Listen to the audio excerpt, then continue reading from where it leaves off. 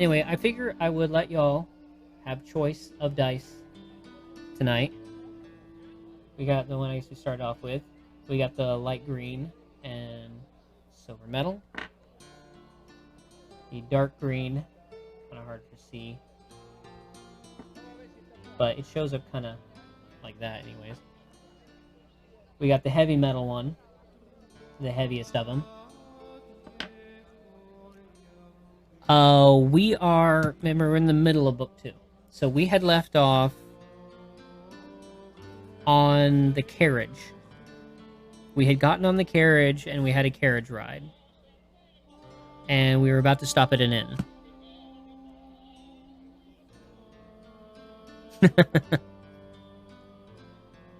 Let's see. We got green with black and silver. Sparkly blue and black with the red. We got that gray one with the green undertone and the silver. And then we got the kind of see-through greenish blue with gold lettering. What are y'all in the mood for?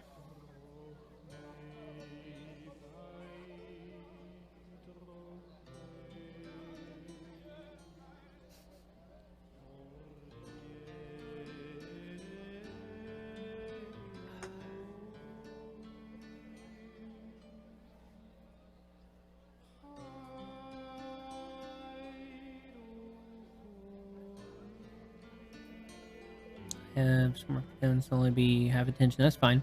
Hopefully I can tune all the way back in before long. That's no problem. Respond to some emails. Gold trim and green.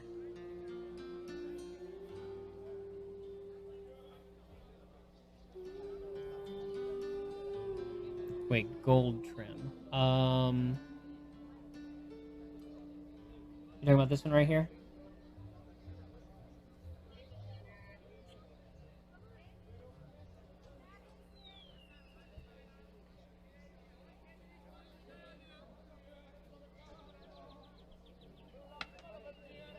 Yeah, it shows up pretty well.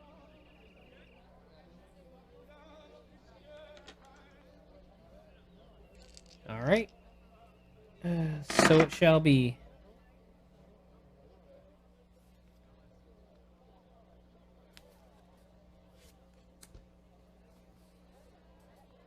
So we left off here.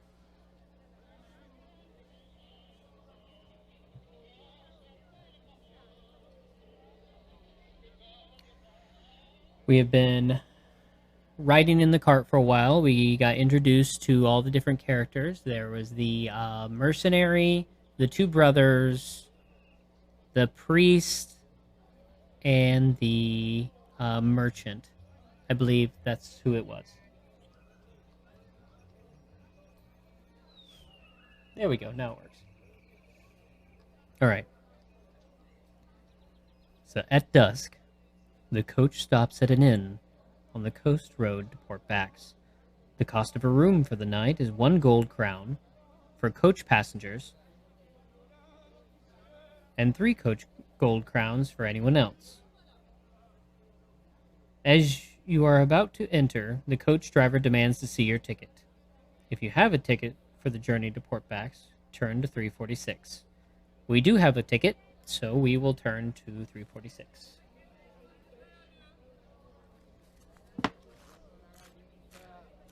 And I think we'll have to pay 1 gold, since we are a coach rider.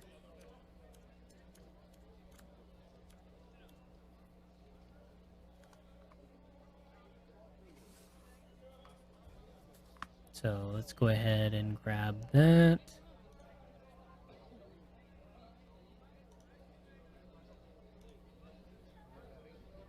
Ooh, we are running low on gold, are we not?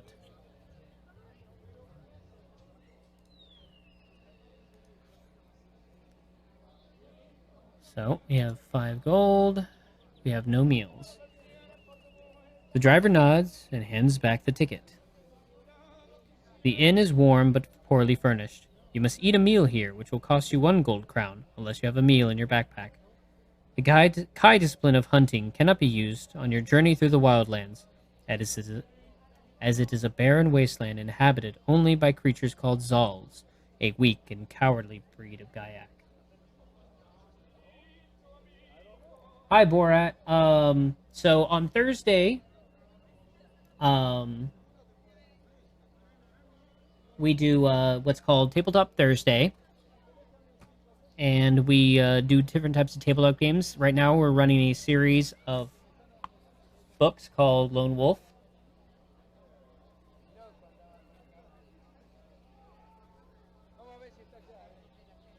A shish. I don't know. Sheik? Sheik? I don't know that word, actually.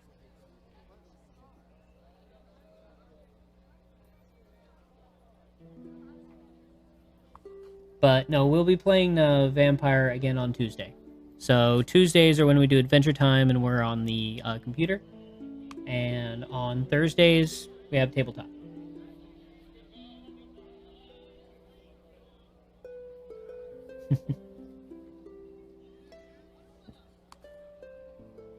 So let's see, now we gotta pay one for the meal.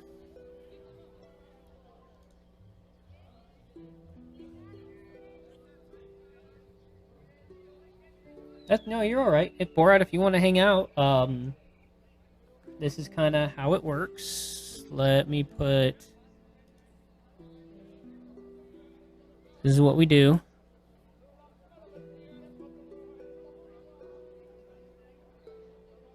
Oh, it's not exclamation point. I think it's... Yeah, there it is. Okay, stream elements. So, this is how it works right here. So, the audience, the viewers, will play with us. Y'all will vote to decide.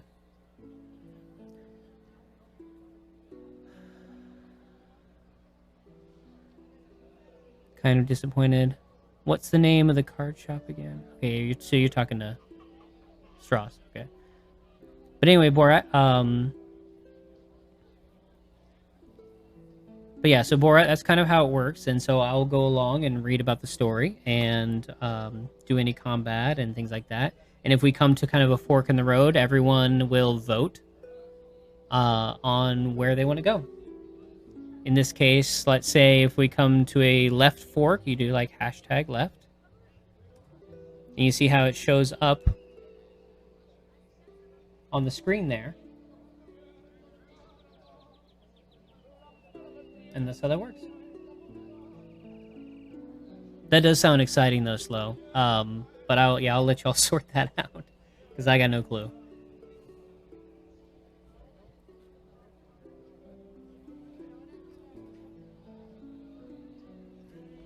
Okay, so that was the weak and cowardly Gaiac. If you can afford 1 gold crown for the room, turn to 280. So we turned to 280 because we already paid it.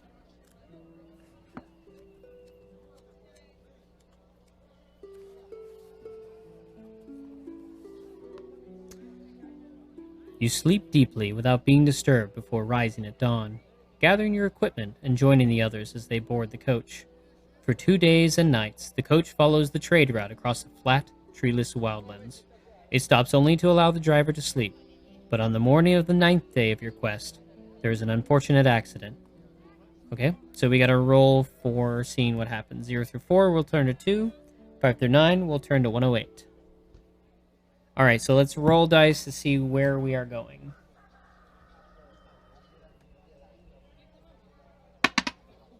Okay, we rolled a 4, so we turn to page 2. Benefits of numbers here. Oh, hiding in basements and dorm rooms. A lot of nerds here. I'll believe it. Alright, return to page 2.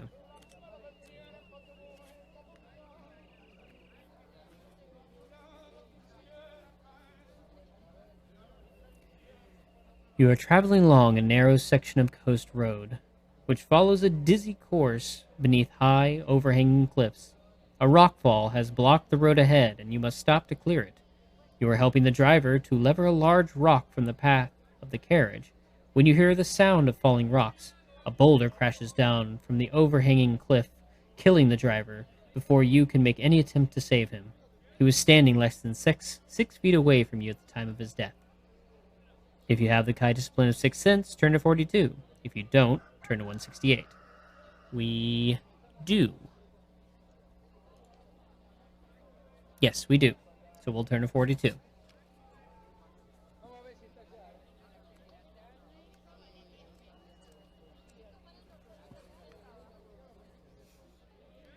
Alright. You sense that someone on the cliff above, and that you were the intended victim of their attack. Someone is trying to kill you. Turn to 168.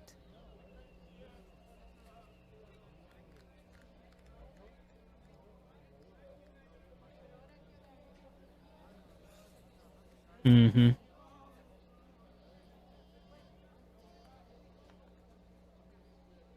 It's the rocks fall, everybody. Everybody dies. Slowly, one by one, the other travelers appear and stare in shock at the dead coachman. We must bury him, says the priest. You silently nod your agreement and prepare a grave in which to lay the corpse. As you all walk back to the coach, you discuss what should be done. I know the road to Port Bax. I had better drive the coach, volunteers Halvork. I do hope we're not blamed for his death, says the priest nervously. It was an act of the gods, says Dorier. I shall testify to that, says Ganon. Lies are never spoken by the knights of the White Mountain. It is true that in Durinur, a true knight will speak only the truth, whether it is for his own good or ill. His words seem to reassure the priest, and you are all soon once more on the road, heading towards the eastern horizon. It is late in the afternoon when you arrive at a coach station in a small coastal village known as Gorn Cove, which is mainly populated by outcasts, thieves, and Sauls. The death of the coachman is met by the villagers with great suspicion, but Dorier's words convince them that it was all accidental. There is only one inn in the village, a tavern known as Forlorn Hope. Its state of disrepair is typical of all the other hovels in the poor sea village. A room for the night costs 1 gold crown. If you can pay for the room, turn to 314, which we will do. So let's also update where we are. Because it looks like... Yep, we are right at the next village over. So that is where we are now.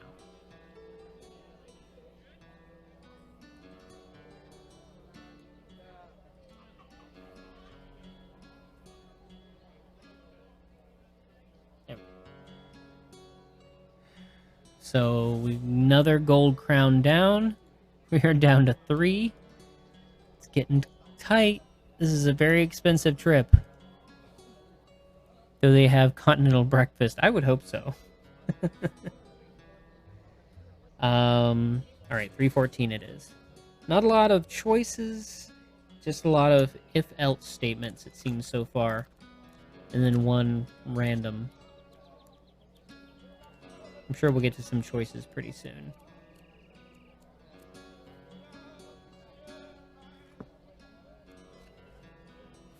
Ah, this one comes with a picture. This right here.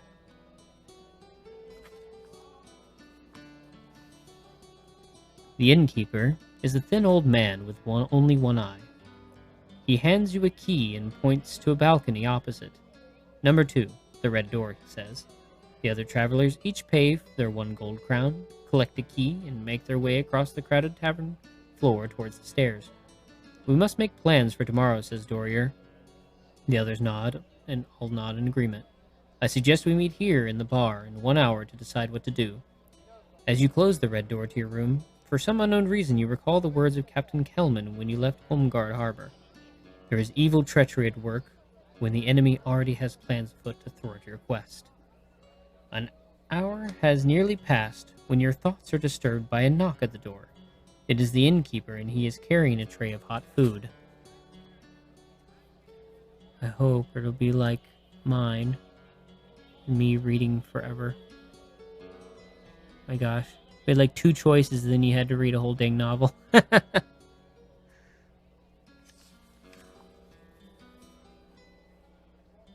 I'm sorry that turned out that way. Alright. He's like 5, but yeah. With the compliments, so we've been brought some food. With the compliments of one of your friends, he says, and leaves before you can ask which one. The food smells most appetizing. You have not eaten today, and now you must eat a meal or lose 3 endurance points.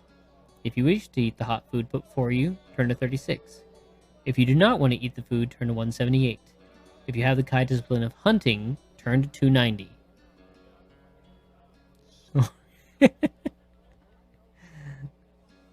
It's okay.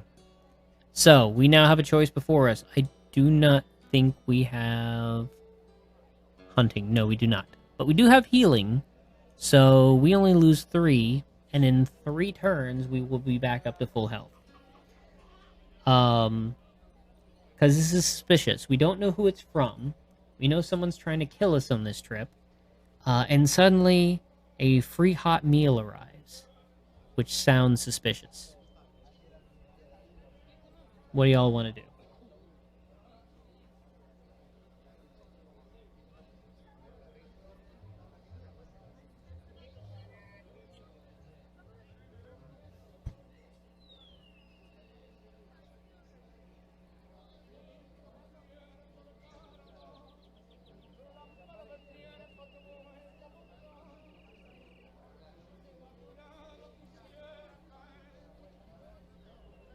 Okay, Straw says to eat the food.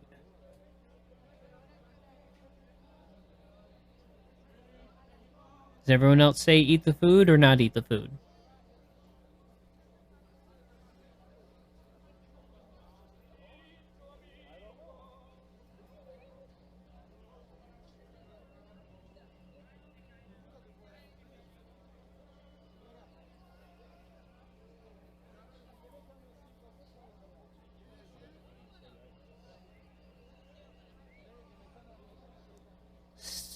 Stuff yo face. Okay, 2 votes for eating.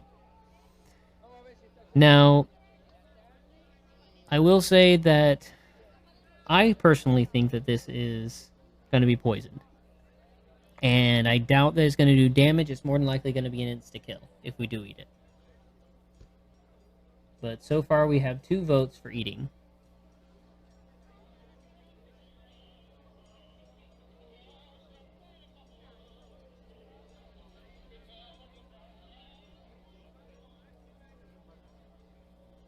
And let's see.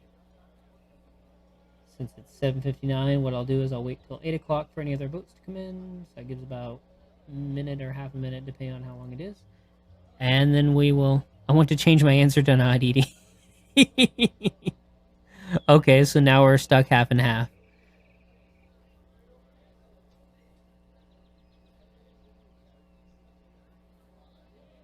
Boop, boop, boop, boop. They tried to kill us on the road, and poisoning doesn't seem likely.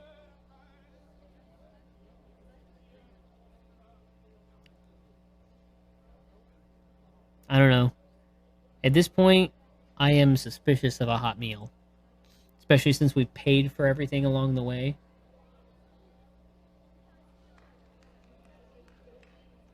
Maybe they really want us dead, though. I mean, yeah.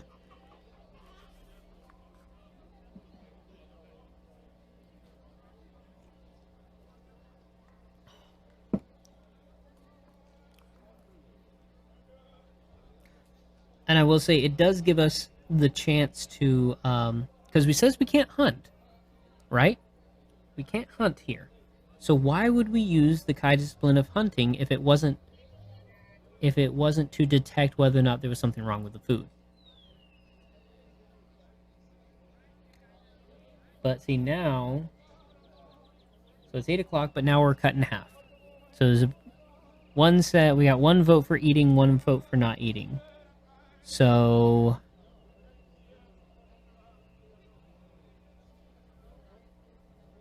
I guess since we don't have another vote coming in, I'm going to be the arbitrator, which normally I want to keep it fully to y'all, but seeing as we have to tie break, I'm going to not eat the food. How about that? That seems like the most fair thing as far as I can tell. Do not eat 178.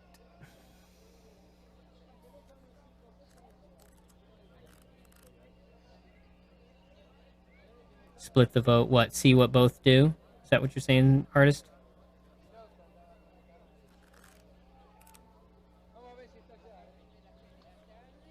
We could glance over at the other page first. Okay, here's 178. So if you want to see 36 in that case, just to see what it says. Just a little peek. Know that you decide. Yeah, okay. Well, I'm saying it's going to be...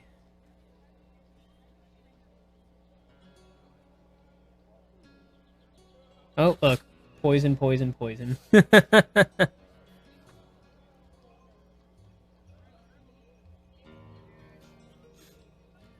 Anyway. Although the delicious smell of the food is making your mouth water, you suspect that something is very wrong. You set the tray down by the door.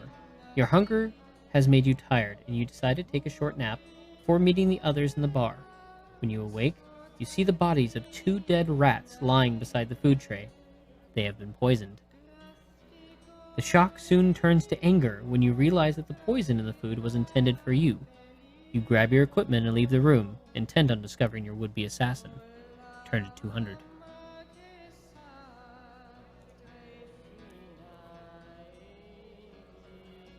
Let me make my modification to endurance points. We had lost 3, but we've already gone a page, so 2 points lost at that point. Because 1... Stupid rats. Well, I mean, we almost ate it, so... Alright.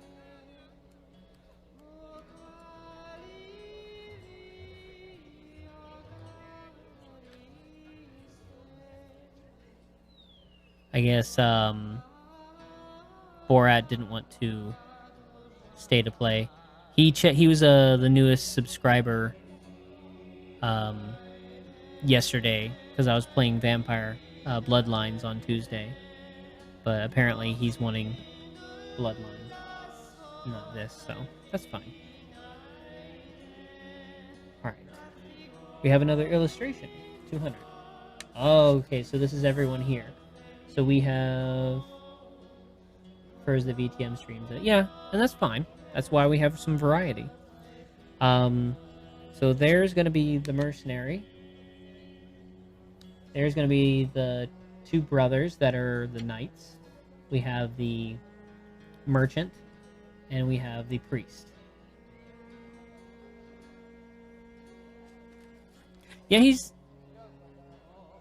the way that he communicates was a bit unusual, I've noticed, but everyone has their unique way of talking, so we are here. I am here to be facilitating to various different types of communication, as long as they are not rude or disrespectful.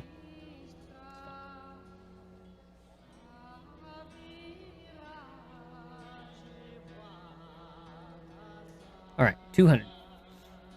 By the time you reach the bar, the others are all seated at a large table, awaiting your appearance.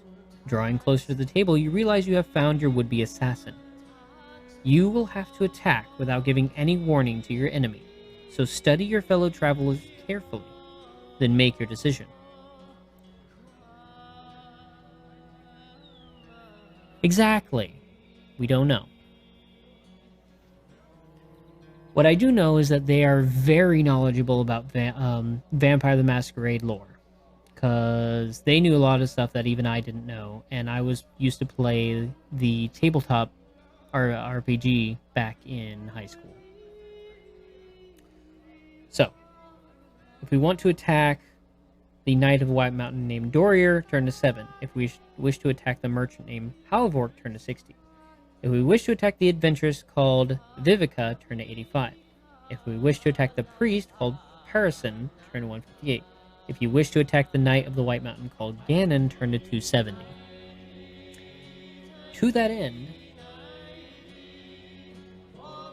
we have to... This is one of those situations where we are given a picture, and there is something in the picture that will give away who it is.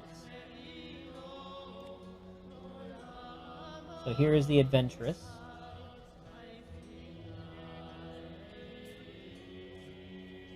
There are the white knights.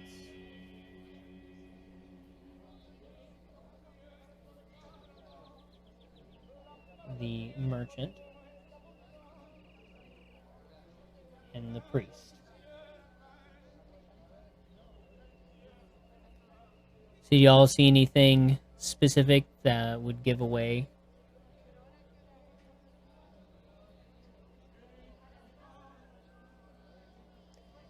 And if y'all want to know, so on the last run, remember when I got through most of this before I died and had to start back at the beginning?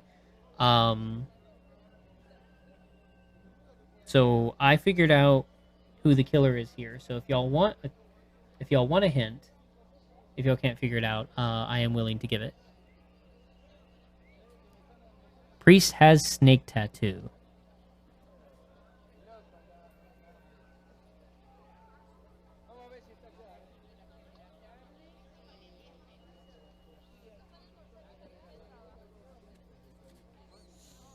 So artist's vote is for the snake tattoo. Priest. Sneaky snake.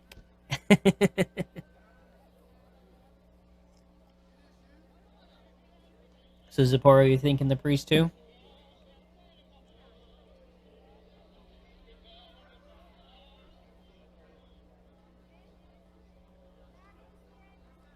Okay. So we are going to say it is the priest then. Because if we recall back at the very beginning of the book, the guys that we fought all had snake tattoos. Let's see. Priest. Parson, 158.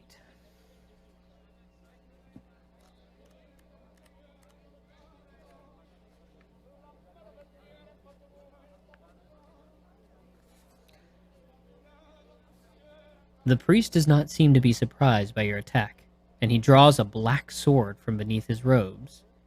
So now we have to fight.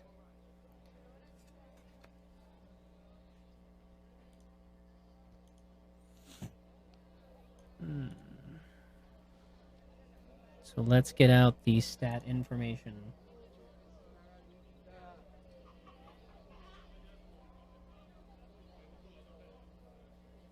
Oh, I didn't. I went with it because variety snakes have venom. Oh, yeah, I can see that. I get you.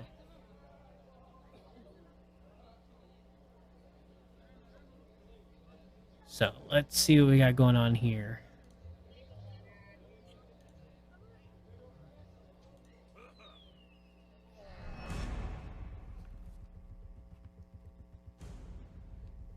Time for combat music.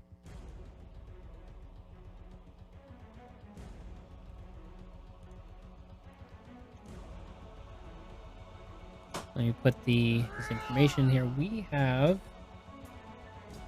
a combat skill of 18. He is 16, so we get a +2. That's always good. And his endurance is 23. Let's see, we'd gone another page, so I know we are up to 23 on our... So, we have a slight advantage.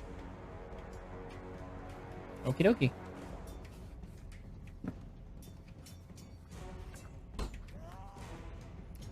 So, this will be our range. Let's see what we get going. Oh, no! We lost it. Hold on. It fell to the floor. Alright. Let's try this again. Yeah! That is a 9. So, he gets 12 damage. We get 0. That is what I'm talking about.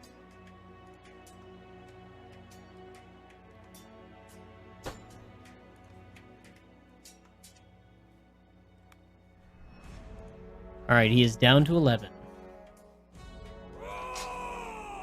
This is good choice today.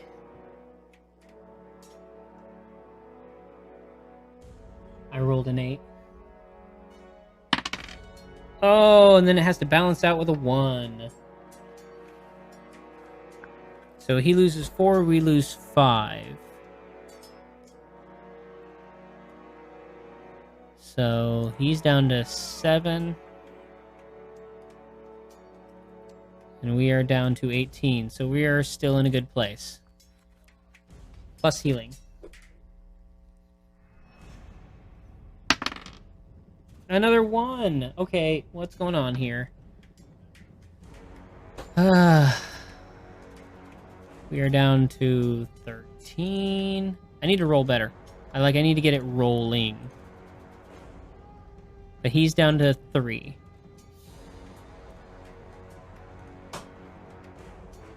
So no matter what, he dies next round. So it's a matter of how much damage do we get. Yeah! Alright. That made up for it. So 2 terrible rolls, 2 great rolls. 14. Negative 11.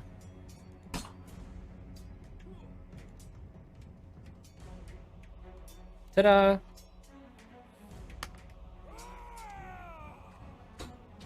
Survive to fight another day. If you win the combat, turn to 220.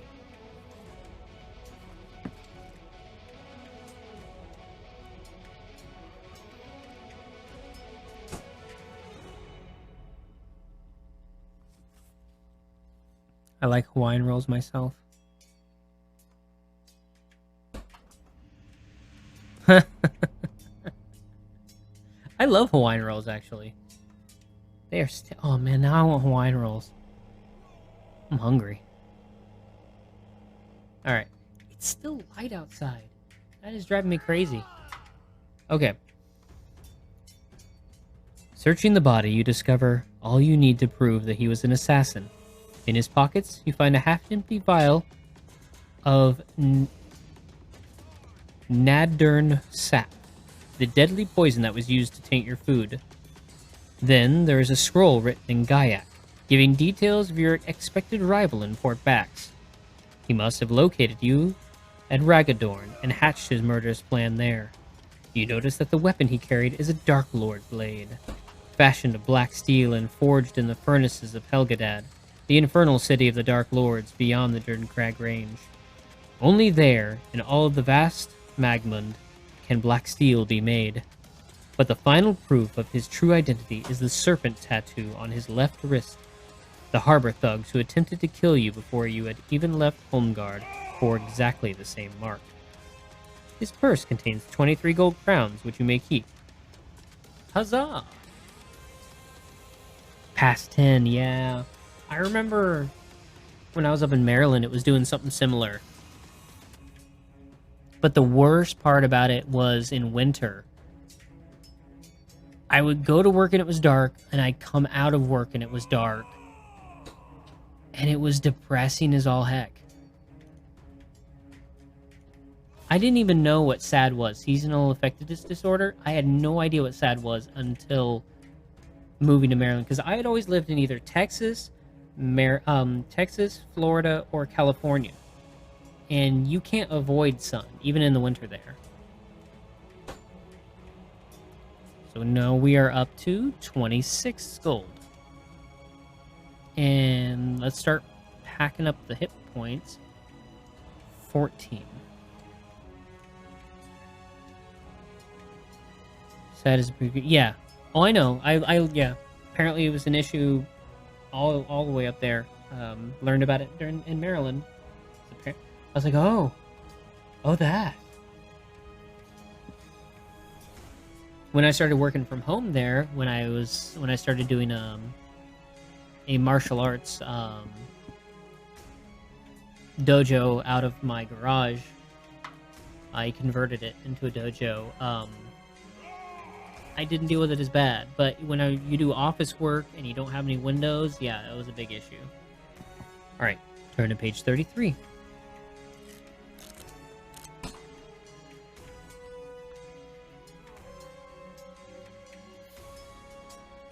The other travelers stare with horror and disbelief at what you have done. Before you can explain yourself, there's a large crash at the front door as the front door is thrown open. In rush, 6 armored soldiers led by the innkeeper. They are the town guard, and the one-eyed innkeeper is screaming at them to arrest you. If you wish to fight them, turn to 296. If you wish to escape by the rear door, turn to 88. Okay, guys. We decided to take the sneaky snack route, so we are not set up to fight that many dudes. So I'm gonna recommend we run.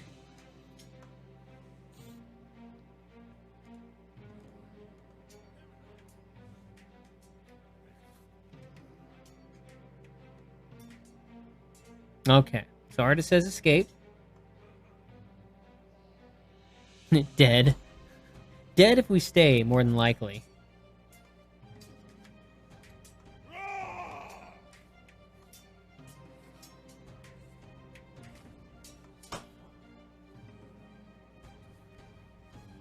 Run, Forrest, run! Alright, seems the consensus is to run. So we will do that. I'm curious about something, though. What the stats would be on the fighters.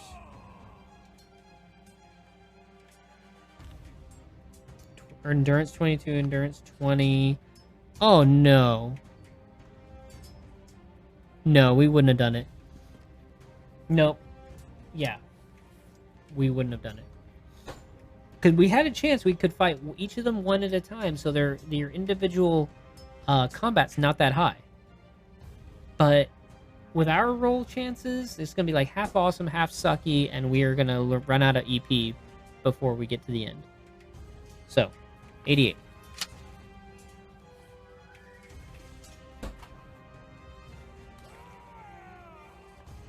Alright. Although night has fallen, a full moon casts a bright light upon the village. Behind the tavern, you see a small wheelwright's shop with 2 horses hitched to a hay cart. If you wish to take a horse and escape, turn to 150. If you wish to hide in the wheelwright's shop, turn to 71. If you have the Kai discipline of camouflage, turn to 179.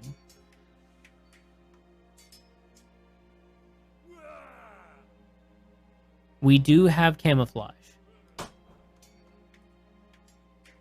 So, do we want to run using the horse?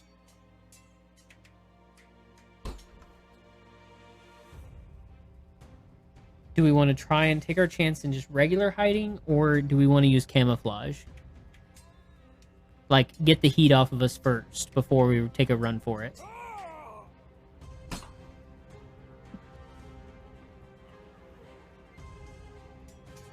I'm thinking camo would be good, because I think we need to look for some stuff. Alright, Zapporo says, camo, baby.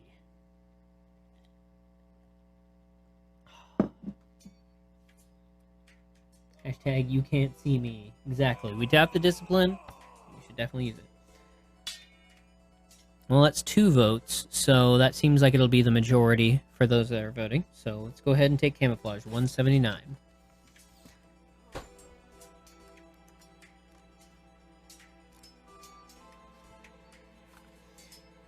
Using your Kai discipline of camouflage, you can hide undetected in the hay cart until it's safe to come out.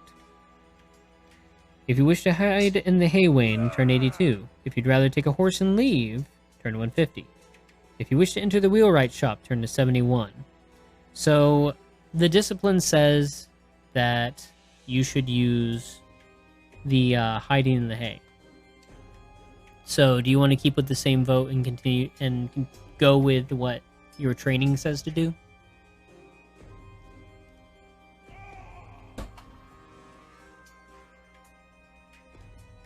And I am just now realizing that we didn't have a weapon. We should have had a combat skill of 14. when we fought him.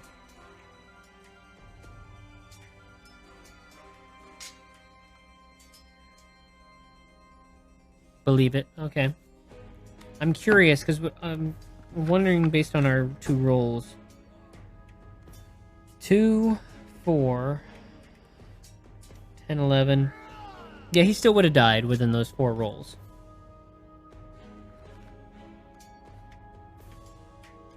And we would have taken the same amount of damage. So, it actually made no difference in that sense. It's because we rolled 1 twice. They both were 5. And while he would take 2 instead of 4, but because 10 and 11, that equals 21, 22, 23, 24, 25, and he had less than 25. So we still would have lost the same amount of health, and he still would have died within 4 rolls. So even though I miscalculated our combat skill, same result happened. So I need to keep that in mind. Okay, so let's go ahead and hide in the haywain then. Seems everyone doesn't seem to have any trouble with that, so 82.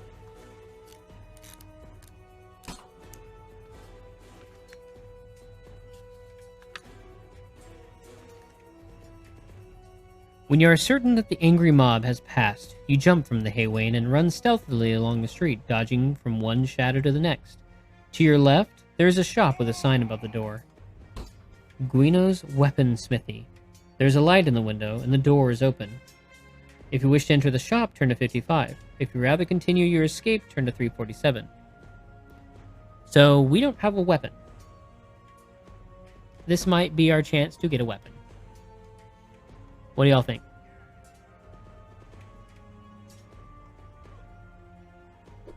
I'm gonna guess the rest of the town, if there is a weaponsmith in there, probably doesn't know that we killed a dude, so he'll probably sell us a weapon if there is one.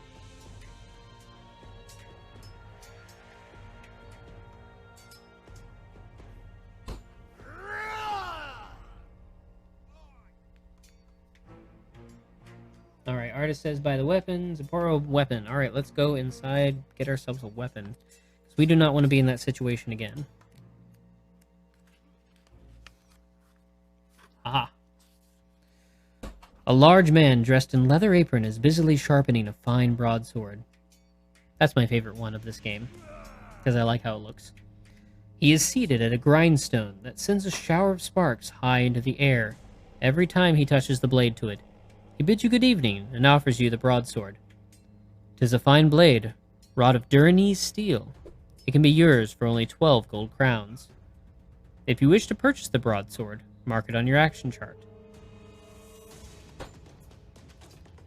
I'm thinking we buy it, because we don't have a weapon. Is anyone against that idea? Otherwise, I'm just going to go ahead and have us buy it.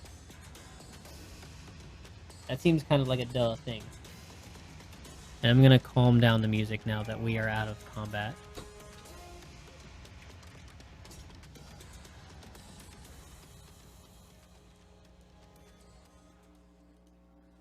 It's nighttime. Treat yourself, right?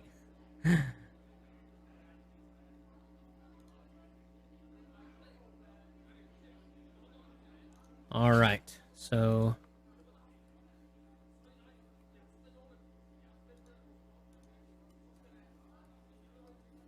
we now have the broadsword. Please tell me y'all know that reference. So that was 12, so we are down to 14 gold. Perfect. See, we got a nice chunk of gold. We're up some stuff. We got a nice broadsword.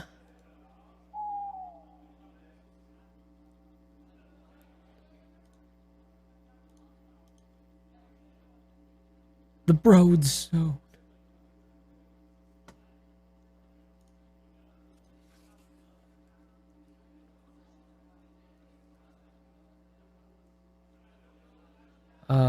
What was that? It was Hero's Quest.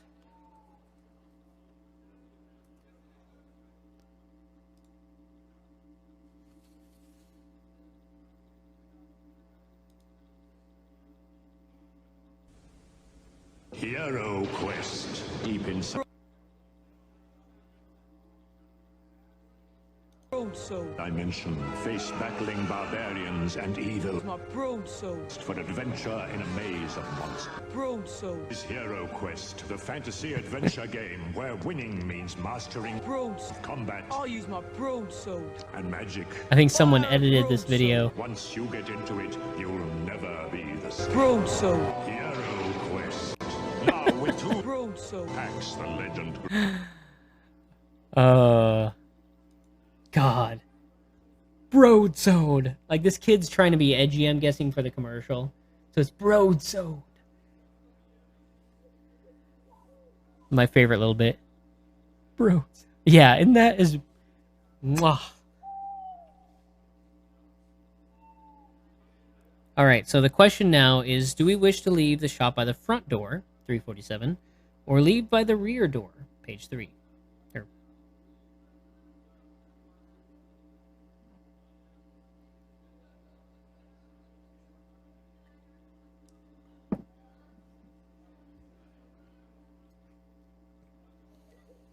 Oh, and we get another endurance point.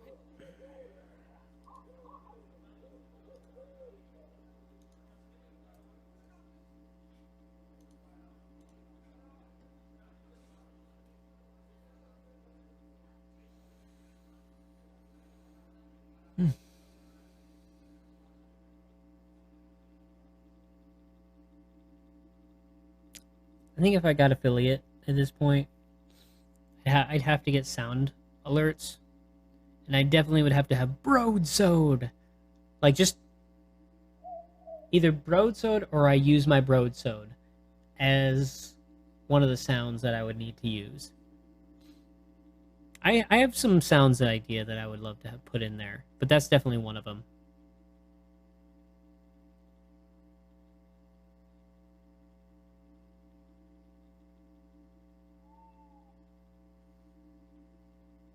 So, what's y'all's vote? Front door or back door?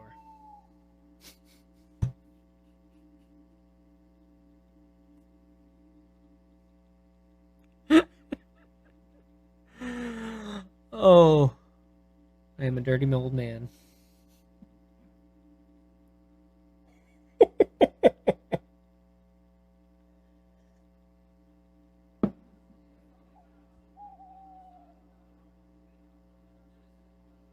I know, Slow. Not on stream, man.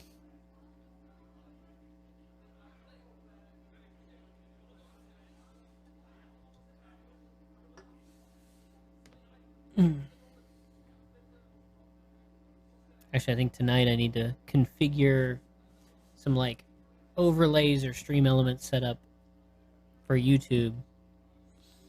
Still allowed to watch. He is, I don't think he necessarily follows in that sense. But he's with his mom. He's also with his mom for the next, like, 4 weeks. Yeah, so if I had to guess, she probably doesn't want him digitally hanging out with me while he's over there. So it's kind of like how she doesn't like him listening to K-pop while he's over there, or watching any anime, really.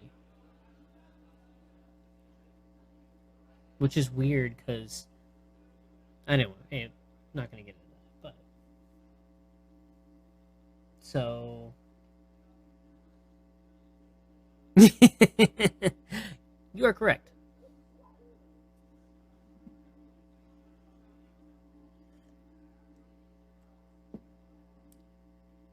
And honestly, doesn't really feel like the person that I initially met. Because that person was at least a little fun. I don't know. People change.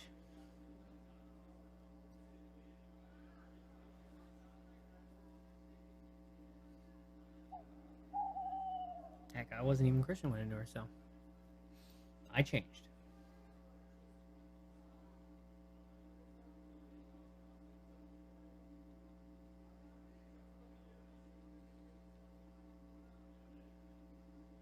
But I don't know. Artist, slow, Sapporo, what are y'all thinking? Because it gives us the option. So this is not me. While my brain went here. Front door, rear door. So this is Book's words, not mine. But we got to choose one of them.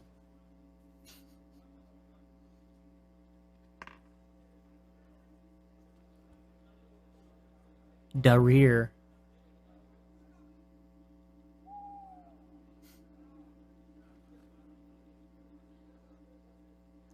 Oh my. Oh my.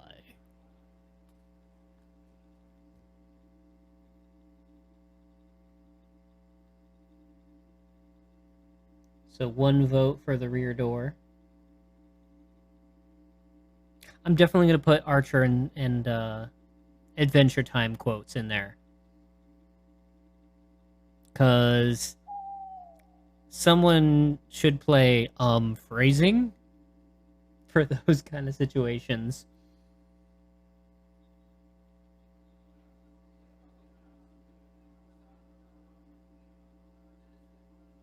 And of course, Adventure Time is just awesome.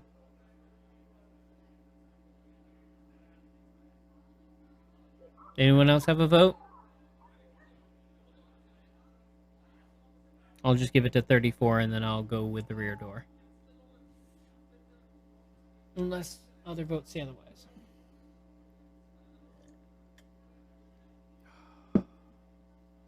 Trying to think, what other sounds do I want? Probably want old school stuff. Don't want to use any like theme songs from like 80s shows, even though it'd be cool to have like "Hey Man."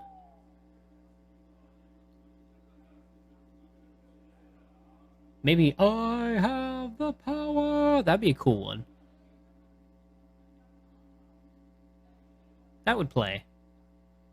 I don't think I'd have to worry about TOS or not TOS. I don't think I'd have to worry about getting tripped over for that since it's not music. All right, we're gonna go with the rear door. Turning to 3.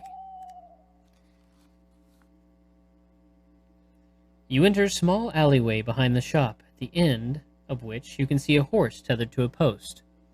If you wish to take the animal and flee the village, turn to 150. If you do not wish to take the horse and leave the alleyway by turning to 19. So now is our chance to escape the village and actually have transportation. So horse or no horse, guys?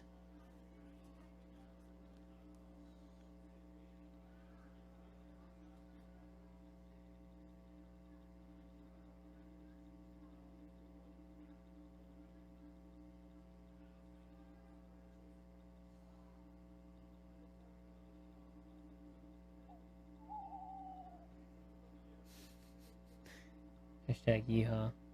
Right on.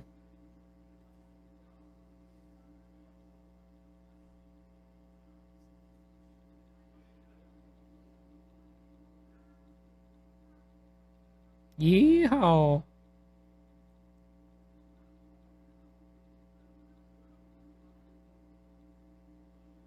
Yeah, I'm thinking also I added one to Dauntless's. So I'd probably have to steal it too. I recorded this thing. It's like, it's not always about the hoya hoya or the Nissan or the I forget what the third one is. Sometimes it's about the Yamate Kudasai.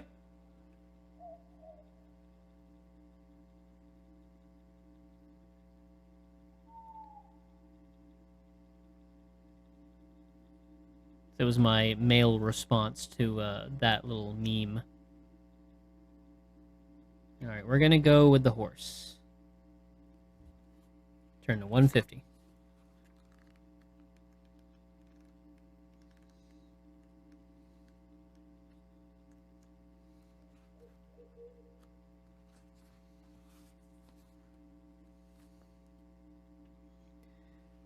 You spur the horse along the twisted village street, across a wooded bridge and up a steep path towards the crest of the Grove. In the light of the moon, you catch a glimpse of a signpost pointing eastward. Port Bax, 50 miles.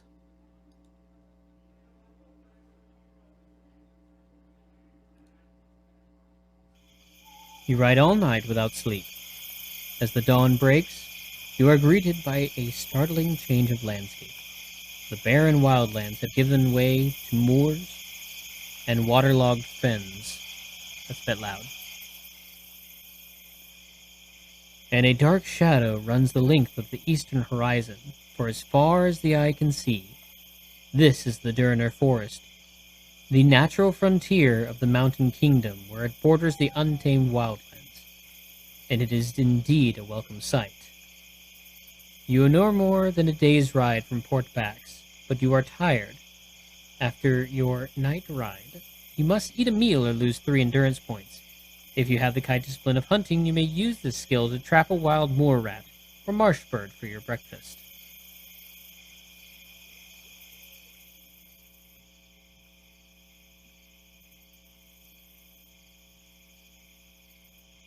So we still don't have a meal. And let's see where we are. We are probably like here, I think.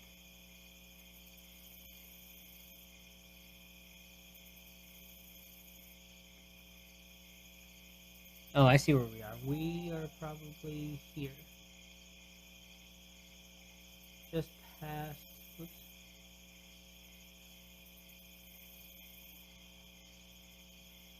Keeps deselecting the. There we go. We're probably right about there, just between the Cove and Port Bax.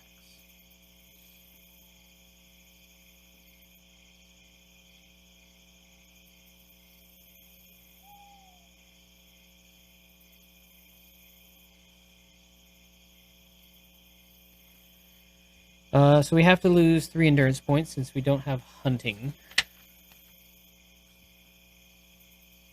So let me get that taken care of. We are down to 16.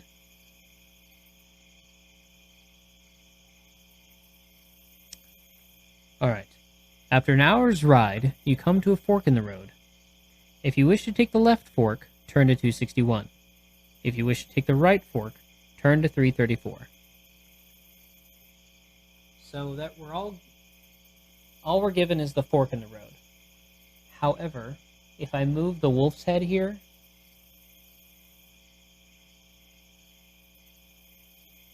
there's that fork in the road.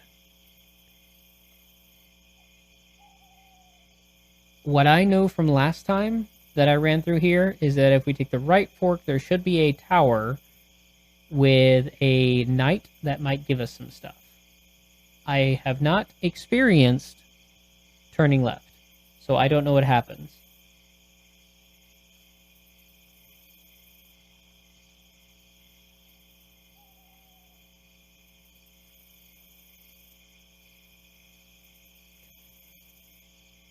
I know that we have to go over the bridge, and I think the knight sends us back over to the bridge. So from the previous run through before we died, I think we turned right, if I remember correctly.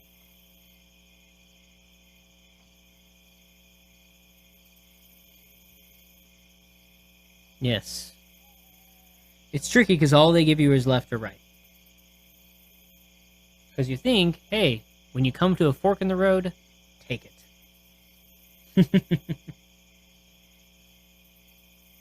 Alright, so it's daytime. Or it's the morning, rather. Let's go right then? Okay. We have 1 vote for right. Anyone else have an opinion?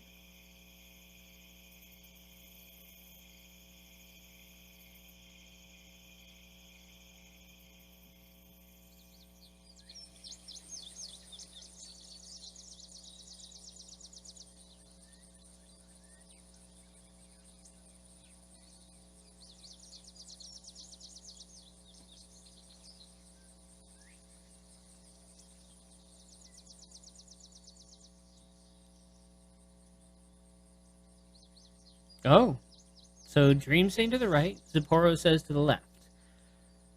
Anyone else? Does Artist or Slow have an opinion? Because we are split now.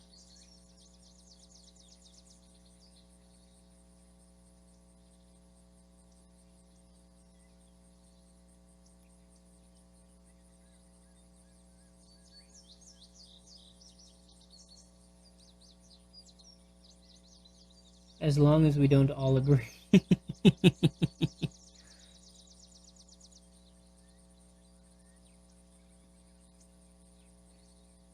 Hey, Artist. So we left the village by horse. We have come to the forested area between the port and the little village. We have come to a fork in the road, and all we're told is to turn left or right. Last time that I ran through it, I went right and ran into a knight in a tower.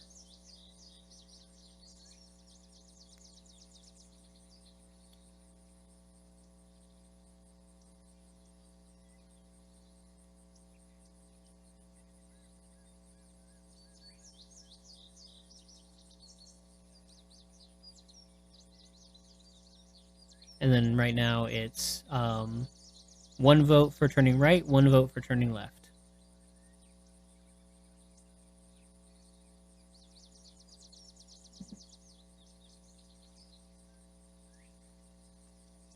No, it was one of those. You know how they talk about that knight only tells truth and all those? The guys with the little mountains on their chest or whatever? It's those knights. So they're good guys. I think he gave us some stuff.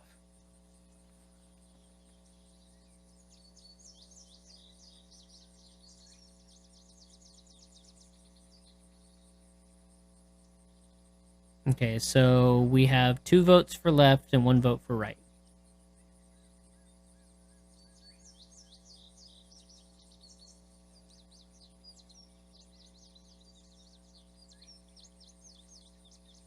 Not last night. Sorry, yeah, the Knights of the White Mountain, I believe it's called. But yep.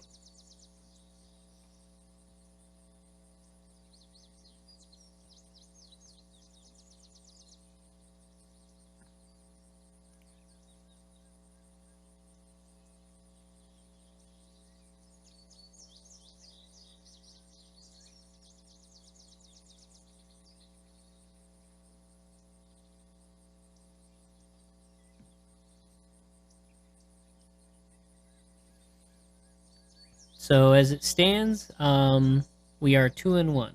So I figure unless let's see, is anyone not slow? I guess slow is the only one that hasn't put his 2 cents in. So it seems right now we're going to be turning left.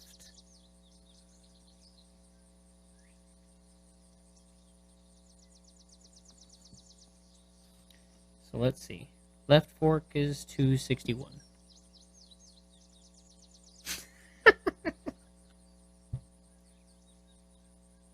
That's fair.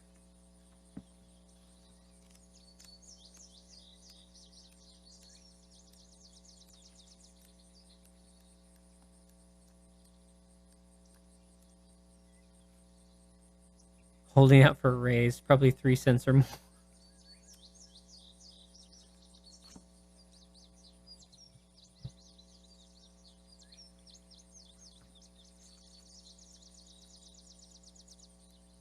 Okay. 261.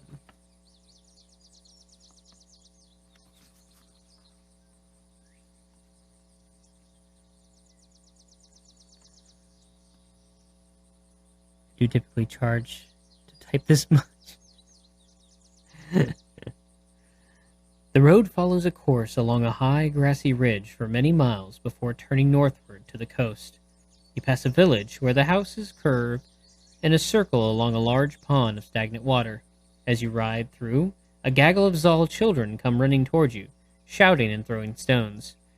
You descend into the deep valley beyond, and gradually the moor gives way to richer land that has been cleared and plowed. The hillside opposite is heavily wooded. And you are not far from the coast. You are not far from the coast, and you can see the tall cliffs with their multicolored bands of rock jutting out into the ocean. Then, just as you are passing through a small copse? How do you pronounce that? Copse, right? You hear desperate cries for help off to your right. If you wish to aid the person in trouble, turn to 95. If you wish to ignore their desperate pleas, continue riding along the road by turning to 198. And that's it.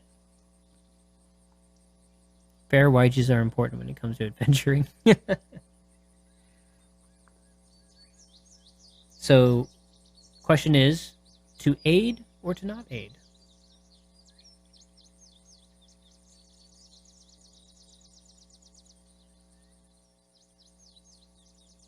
So what do y'all think?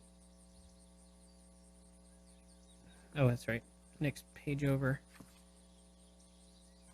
Wait, there it is. Yes. So do we aid the person who is crying, or do we ignore them and go on?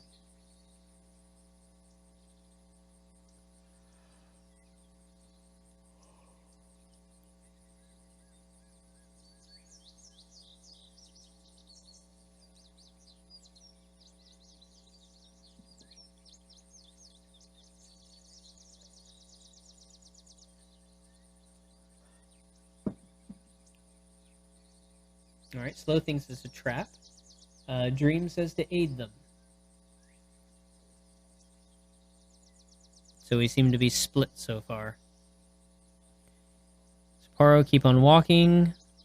And Artist says keep on walking. Okay, so this is a strong majority to keep on going. And I have not been updating this like I should.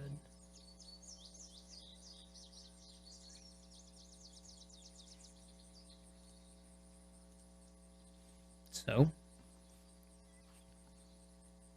198.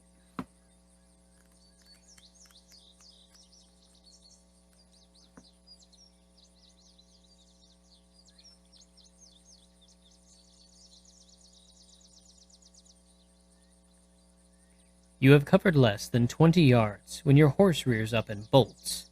You are thrown to the ground and you lose 1 endurance point. Brushing the dirt from your cloak, you curse as the animal disappears out of sight. You will have to continue your journey on foot from here. That was random. We get some karmatic justice for ignoring the person in aid, I guess. Now we lose 1, but we also gain 1 because so it all kind of evens out because of healing. So now we turn to 138.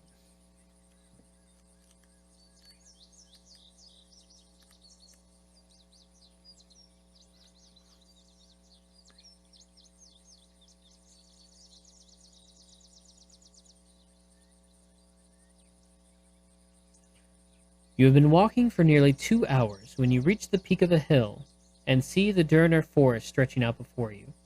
The road bears eastward and enters the trees at a point where a large wooden tower has been built. You can see the silhouette of a soldier on guard. If you wish to continue your journey towards the watchtower, turn to 232. If you would rather avoid the guard, make a wide detour and enter the forest further south, turn to 244. Wow.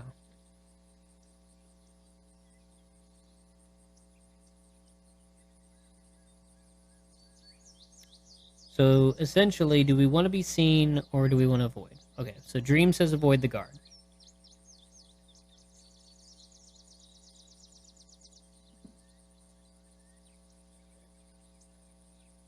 Avoid the Noid.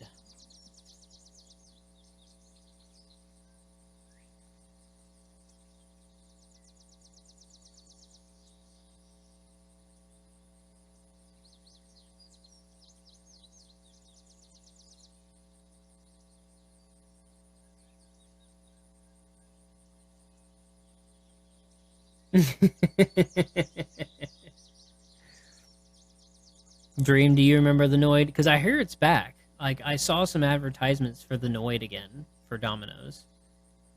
Okay, so artist says avoid.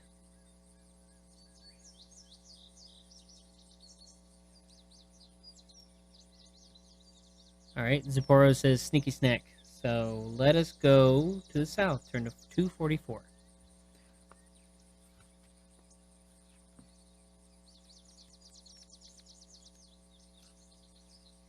I definitely remember the Noid, and yes, he's back in the Dominus.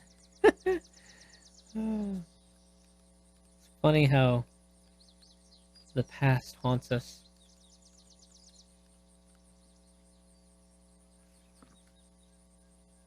Okay. You push on through the dense forest for nearly 3 hours before you discover a track heading north, running parallel to Rimmer Rift, whose rushing waters are over 1 mile deep. I'm sorry, what? That is some fantasy BS. A river a mile deep. Imagine the Grand Canyon, slightly narrower, filled with water. Like, isn't the Grand Canyon not even a mile down?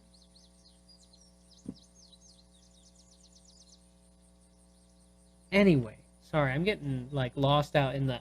They didn't need to say a mile. They could just said deep.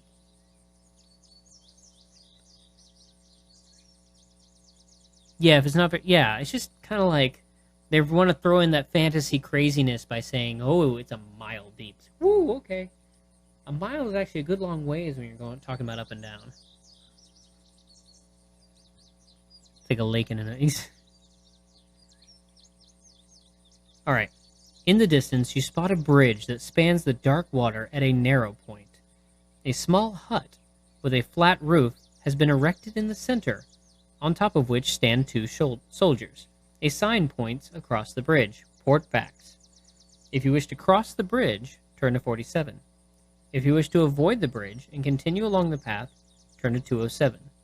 If you have the Kai discipline of tracking, turn to 147.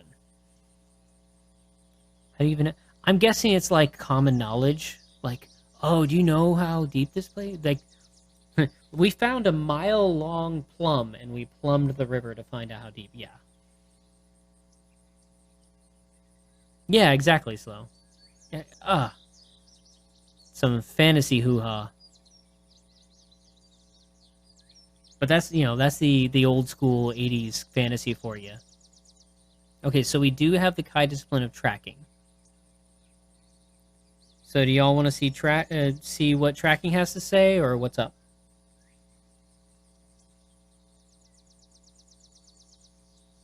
Magic. There is magic in the game, in this world. So there's that too. When hand waving of science is taken incredibly literally, magic.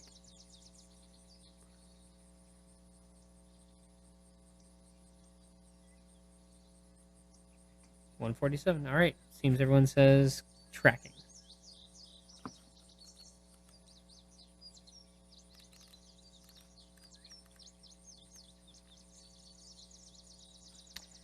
Your senses reveal that the path is a dead end. The only way you can cross the Rimmer Rift and reach Port Pax is via the bridge. 47 it is.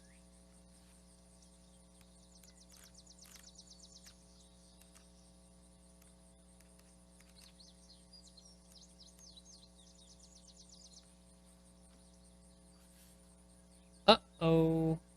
I remember in my version, we got the password from the knight. That was the other thing. The soldier quickly descends from the roof of the hut and grabs their spears. They advance towards you, and one of them shouts, "Password, stranger!" If you know the correct password for the bridge, turn to 111. If you do not, turn to 307. So we do not know the password. Because we did not... I hope this isn't a dead end simply because we didn't get the password.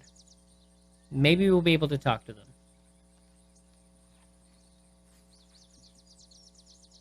There's got to be some... That'd be dumb if this was a dead end. Shout password friend back. And I forgot to update this.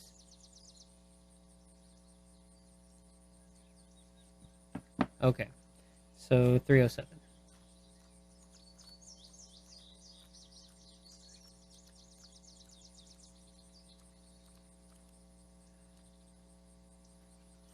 Okay, so it's not a dead.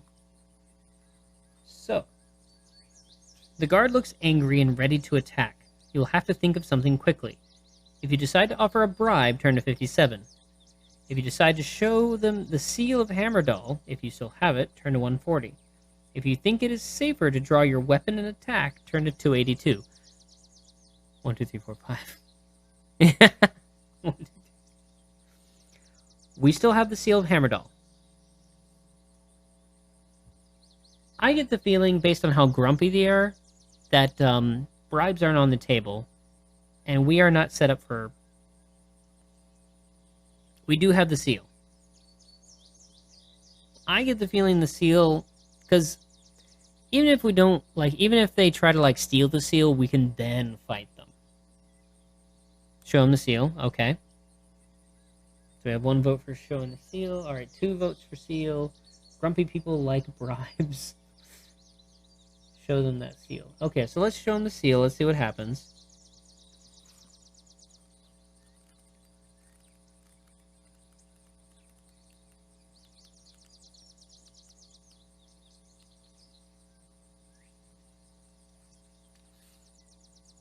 Both guards stare at the seal in awe. The legend of the seal of Hammerdal is well known to all the people of Durinur. It is said that of all the lost treasures of Durinur, the seal of Hammerdal is the one they would not wish returned. The anxious faces of the 2 guards show they clearly realize its significance. One of the guards escorts you across the Rimmerith and along a forest road that eventually ends at a junction. A signpost points to the east, Portbacks 3 miles. I must leave you now and return to the Rimmerith. I fear that war will soon cast its blast shadow upon this land, and I shall be needed at the border. Godspeed to you, Summerlending. Godspeed. You watch for a few minutes as the soldier returns along the forest track before you set off eastwards. You should arrive in Portbacks within the hour. Turn to 265. Exactly. It's like, this gets me access to everything, unless they want to steal it. So it's either you get first-class service or they try to kill you.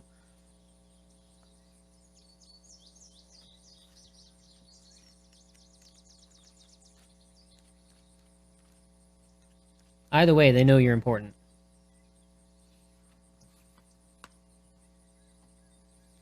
At dusk on the 10th day of your quest, you experience your first sight of the magnificent city of Portbacks. Like a diamond set in the green velvet shore, the towers of the city, glimmer in the pale light of a waxing moon. To the north is the harbor and the formidable war fleet of the Durinese navy. To the east, beyond the moss-covered city walls, stretches the forest of Durinur, and there, on the crest of a hill, stands a castle tall and proud, the crowning glory of the beautiful port.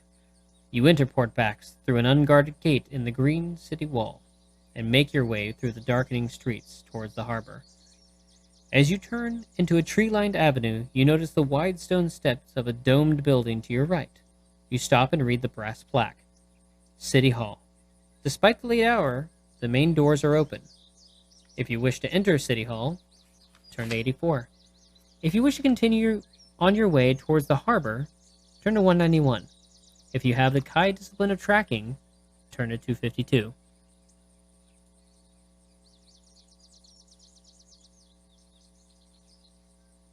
VIPC. Very important player character. Nice. So we have tracking. Do we want to see what tracking has to say? Let's get 1 more hit point.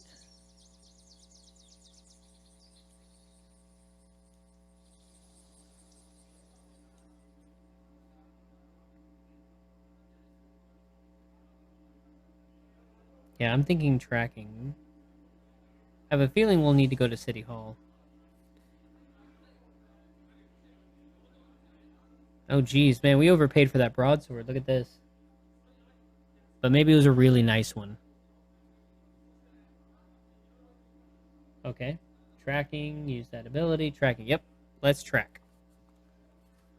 252.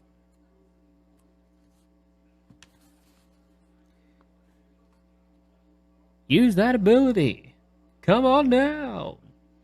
You try to remember some of the stories told to you by an old Kai master called Wisehawk. He was envoy to Port Bax for many years, and he knew and loved the city as well as any native Duranese. You recall him saying that the consulate overlooked Aylin Square to the naval quadrant of the city. There is a sign to your left, pointing along the avenue. Naval quadrant, half-mile. Certain this is the right direction, you walk confidently along the tree-lined avenue. Turn to 191. That's it.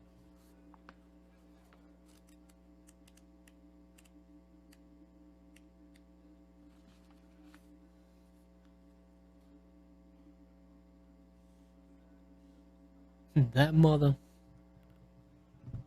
Come on. I can hear that buzz. At the end of the avenue, the cobbled street turns abruptly to the right. Opposite this point is a tall white stone building with a plaque above the door. Port Watchtower, Harbor Authority. You can see that the cobbled street ends in a high stone wall. There's a large red gate in the wall, and it is guarded by 2 soldiers. Beyond the gate, you can make out the masts of ships moored in the harbor. If you wish to enter the Port Watchtower, turn to 318.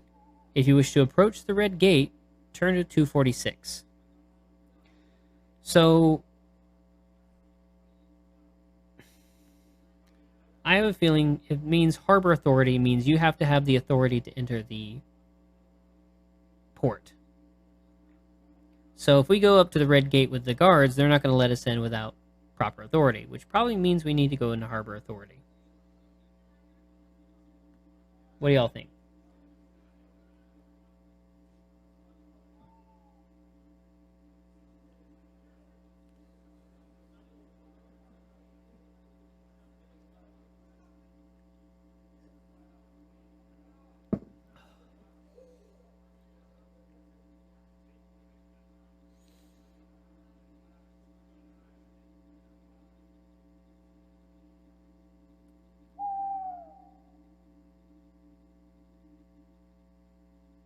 Authority.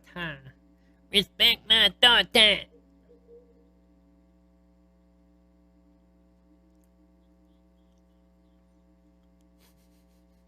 Authority.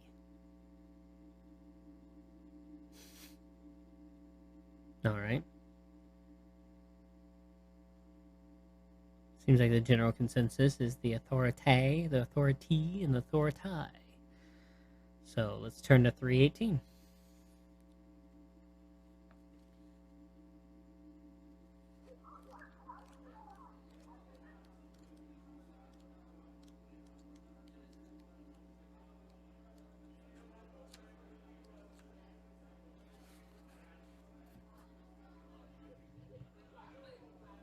Authority. Author it I. Oof. Ouch. My brain. My brain.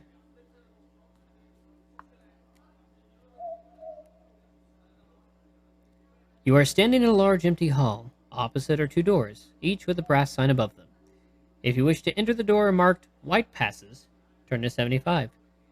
If you wish to enter the door marked red passes, turn to 62. If you wish to leave and approach the guards at the end of the street, turn to 246. So, that's a red gate. I assume we need red passes. So what do y'all think? You want to leave? Get some white passes or some red passes?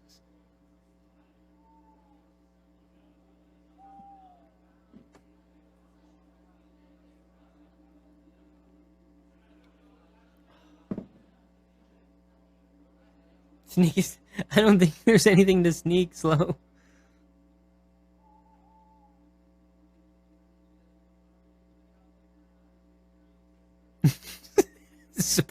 Slow. Past the red.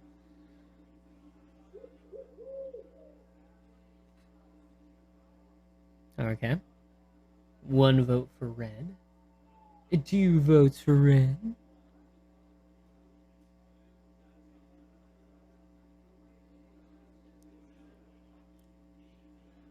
3 votes for red. All right. So we will enter the red door. 62.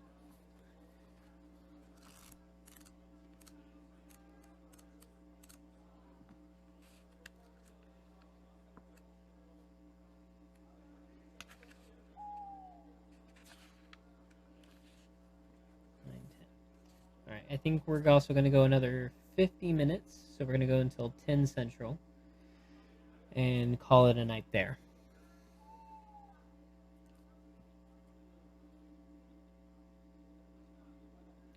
You enter a large room full of ledgers and files. A man wearing the uniform of a Duranese naval officer is seated opposite at a large desk. He peers at you inquisitively from behind a huge book and says, "You must have pressing businesses in the naval quadrant to apply for Red Pass at this late hour. I shall need to see your access papers and proof of your commanding officer's authorization. If you have collected the necessary documents on your quest, turn to 126. If you do not have the documents he requires, or do not wish to show them to him, you will have to risk showing him the seal of Hammerdall. Turn to 263. I don't think we've done 126. If you do not have either the seal or the documents, leave the room and return to the outer hall by turning to 318. So we have the seal. So it seems that we have to risk showing him the seal, is what it's saying. So 263.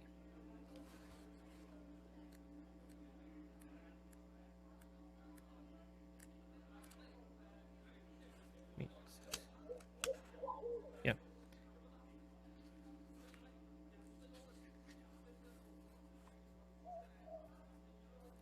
The man stares at the seal with a look of shocked dismay. Without saying a word, he gets up from his chair and beckons you to follow him up a flight of spiral stairs that lead to a domed chamber. Here you meet the captain of the port watch. He listens intently as you tell of the War of Summerland and of your urgent mission. Issue a red pass immediately, he orders. Top priority. You collect your pass, leave the port watchtower, and hurry along the street towards the harbor guards. Turn to 246. Should we just get a nice wallet for the seal? We just whip it out. I think the seal is actually a ring.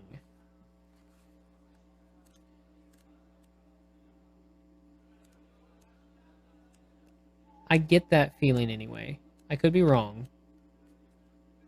But see, it looks like it's like that's the seal part and that's like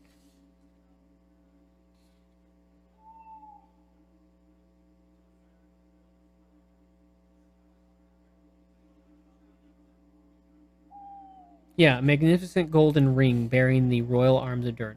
So that's the seal as a ring. So you'd be like, bam! I have a feeling though that yeah, we should probably keep it like not on our hand though. 264.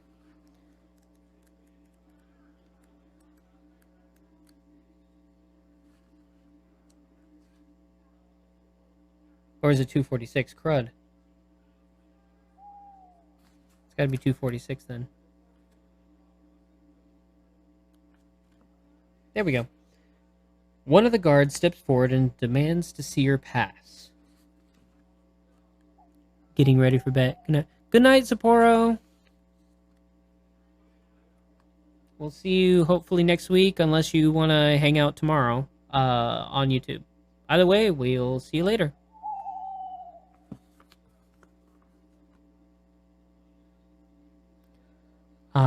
So by lone wolves, like, let me through. Yeah, exactly. Okay,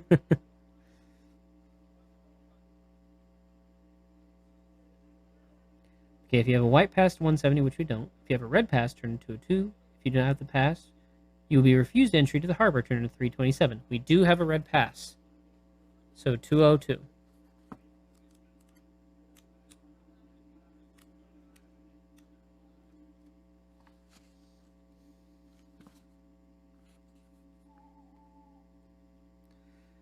The soldier salutes and allows you to pass through the red gate.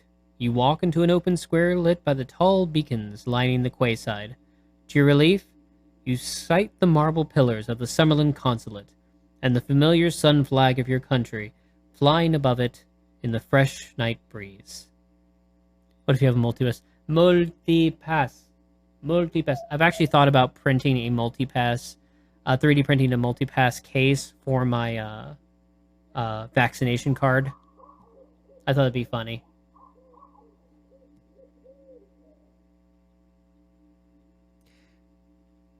As you climb the stone steps, you are recognized by the Summerlending guards on duty at the main door. They disappear inside and quickly return in the company of a tall, gray-haired official. His anguished expression suddenly changes to a smile of joy as he beholds your ragged Kai cloak and tunic. Hope beyond hope. Thank the gods that you live. Kai Lord, the scant news that has reached us from the west has caused us great alarm. You are ushered inside and taken immediately to the envoy of Summerland, Lord Lieutenant Rygar. That's really funny, seeing this spelling. My son's middle name is Ryger. Ryger. So very similar. Turn to 31.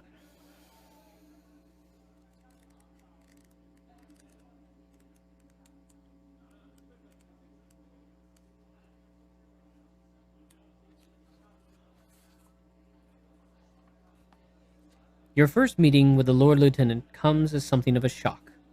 You had, perhaps, half expected him to be a servile old man, as are the envoys of the southern lands that plague your king's court with their delegations.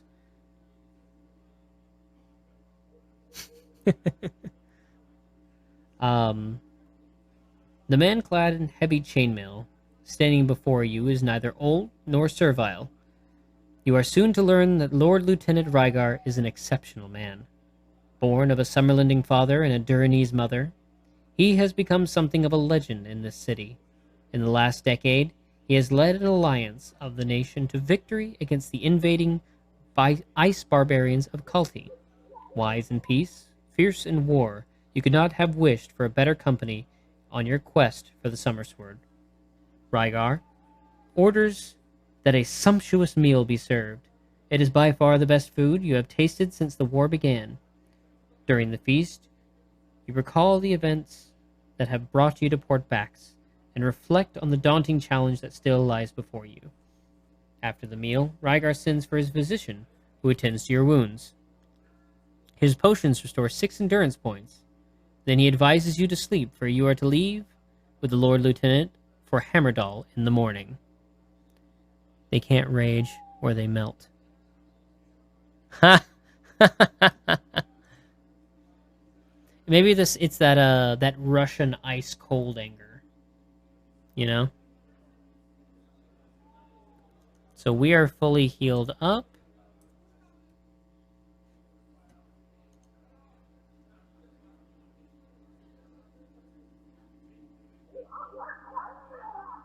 Don't really need the ticket anymore. Broadsword.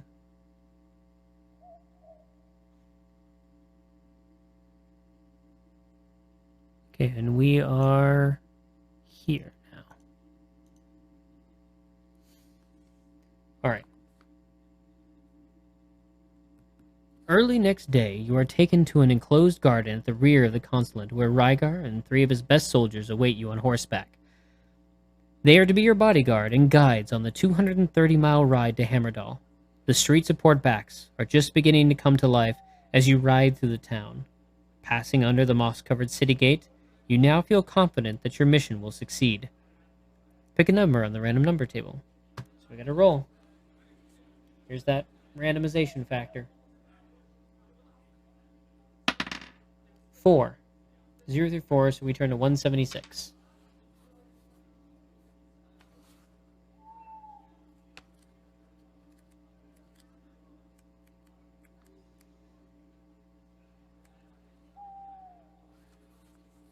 Uh-oh. That doesn't look good. For 3 days and nights you have ridden along the highway as it follows its route up the river valley of Durnan. In the distance are the peaks of the Hammerdal Mountains, one of the highest ranges in all of Magmund. The capital lies at the very center of those mountains. It is now the morning of the 14th day of your quest.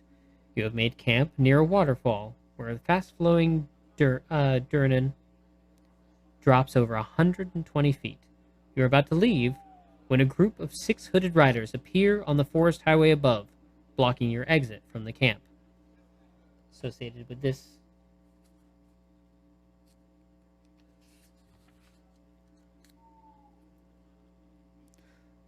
Lord Lieutenant Rygar demands that they let you pass, adding that you bear a royal dispatch. In Durner, it is treasonable offense to hinder a king's messenger. But unfortunately, the cloaked riders do not seem impressed by his warning, and they remain where they are. If you do not care for reason, perhaps our swords will turn your tails, says Rygar. He draws his sword and orders his men to attack. If you wish to follow, turn to 45. If you wish to not attack, turn to 277. If you have the Kai discipline of 6th sense, turn to 322. So what do y'all think? 6th sense?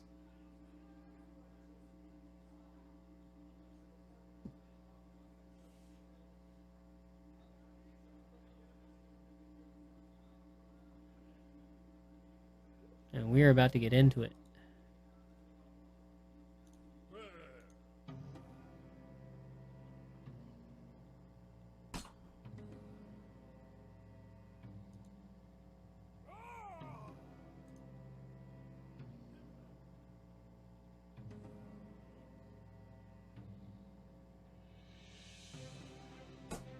Use the ability. All right. Artist says use the ability. Anyone else have any other opinions? Boat.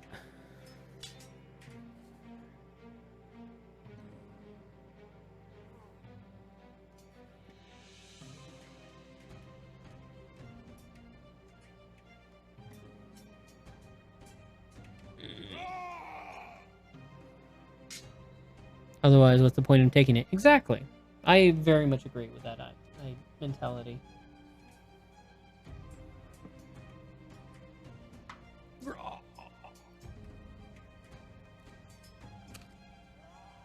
Okay, so haven't heard anything yet, guys, so I'm going to go ahead and go to 6th sense. Usually, the consensus from the group has been, if we have a discipline, use it. So I feel confident in not waiting too long with this stuff.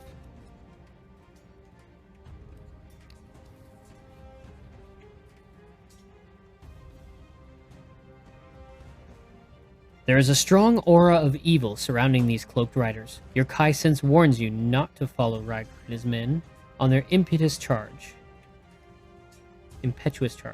You shout a warning to them to stop them attacking, but it is too late. You cannot be heard above their battle cries and the thundering hooves of their mounts. Turn to 277.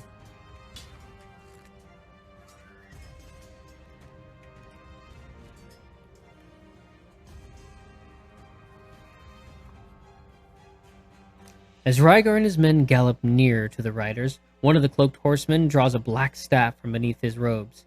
A fierce blue flame shoots from its tip and explodes beneath Rygar's horse, sending him head over heels into the dense undergrowth. Rygar's men furiously attack with their swords. Their sharp blades slice clean through their enemies' cloaks and bodies. And then you realize they are having no effect. For these are Helghast, fell captains of the Dark Lords. They have the ability to adopt human form, but they are invulnerable to normal weapons. The cloaked staff bearer gives a hideous laugh and tears at your mind. He is using a very powerful mind blast against you. You know you are outnumbered by a superior enemy, and you must act quickly if you are to survive this ambush at all. If you wish to abandon your horse and dive for cover in the thick undergrowth, turn to 311. If you wish to aid Rygar's men, turn to 59. We don't have a magical weapon, which means we will do 0 damage to them. If we help them, we more than likely will have an insta-death. In fact, the Helghast insta-deathed me in the caverns on my way to the capital because I didn't have a magic weapon. So my recommendation is to run for it. But what do y'all want to vote?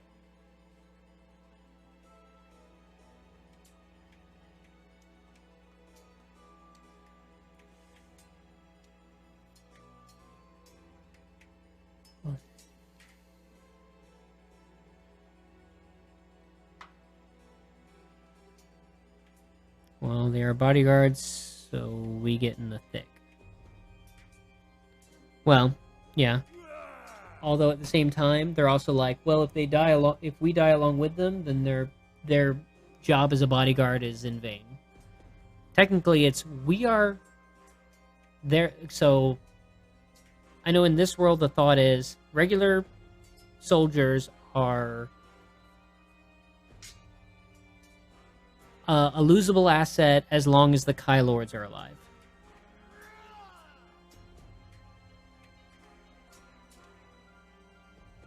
Oh, get in that thick. Sorry, I thought you meant in the thick of combat. Alright, so, turn to 311, gotcha. There are bodyguards, we run. Yeah, exactly. Sorry, I misread what you said when I was like, that thick. You meant that, the thicket. The thick undergrowth.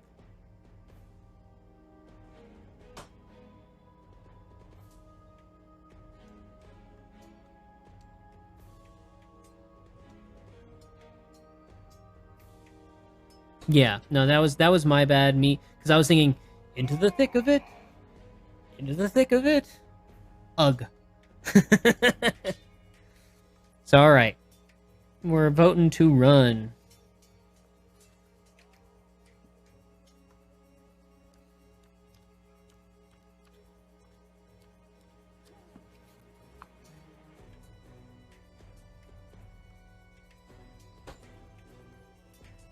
Alright. You come to rest face downward in a tangle of thick bracken. The ringing of steel and the horrible cries of the Helghast echo through the trees around you. You are stunned and cannot move until a hand grabs your arm and pulls you upright. It is Rygar. His face is bloodied and his armor is battered and charred. We must flee these demons, Lone Wolf. Strength and steel will not avail us here. You glimpse the silhouette of 6 Helghast on the forest right above, their minds bent on the slaughter of Rygar's men. They fail to see you both slip away under cover of the wooded hillside. Turn to 299.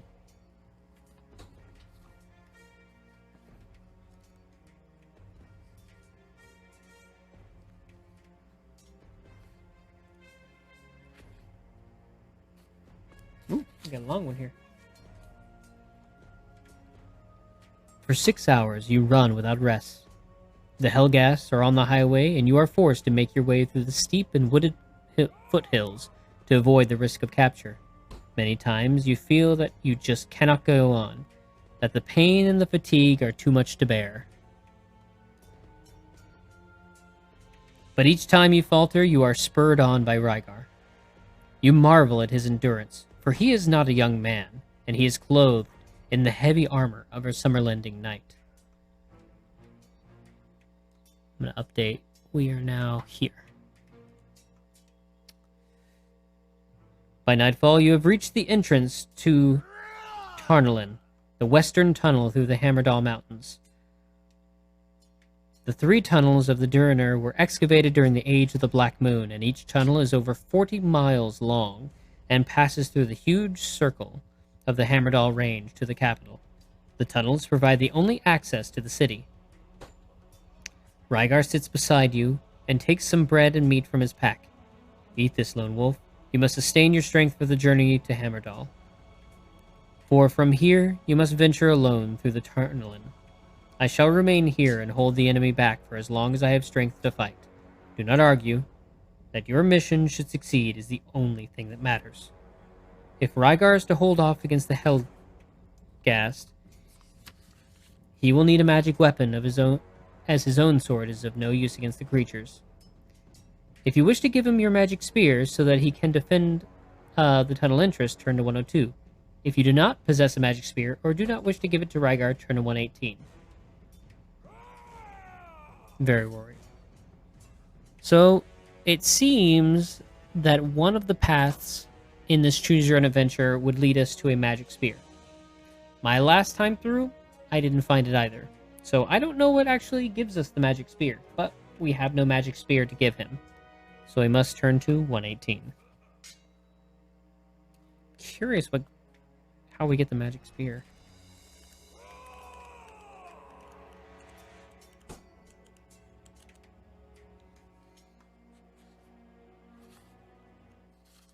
Okay. So we're going to run across these little guys here, apparently. You bid Rygar farewell and enter the tunnel. Over 100 feet in height and width, the tunnel runs to the capital on the far side of the Hammerdall Range, and it is lit by torches for its entire length. The highway through the mountain is usually alive with the traffic of merchants to and from Port Bax, yet now the entrance and interior are deserted except for an overturned fruit wagon. As you walk deeper into Tarnelin, a doubt nags at you. Have the Helghast arrived here first?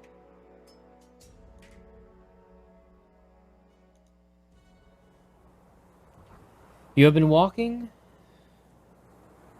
for half an hour when you see a strange creature on top of a wagon in the road ahead. It is 2 feet high and resembles an overgrown marsh rat. You assume it is some sort of tunnel-dwelling rodent until you notice that it is wearing a splendid jacket of patched leather and carrying what appears to be a spear. As you get near, it suddenly turns to face you. Its whiskered nose is sniffing the air, and its bright black eyes are peering into the gloom. It sees you and scampers off into the darkness of a smaller tunnel to your left. If you wish to follow the creature, turn to 23. If you wish to ignore and continue on your way, turn to 340. If you have the Kai discipline of animal kinship, turn to 279. RUS. This is a weird RUS. Yes, definitely of unusual size, but humanoid. And we have animal kinship. Does anyone think we shouldn't use it? Because otherwise, that's where we'll go.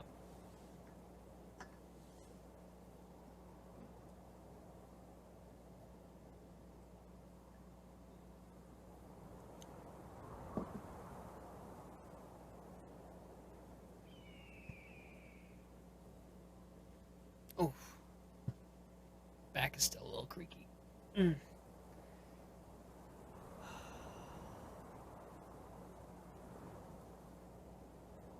Humanoid, ROUS. I just had to stare at that for a second and figure out what the H was.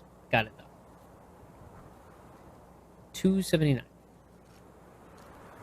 Let's go ahead and do that.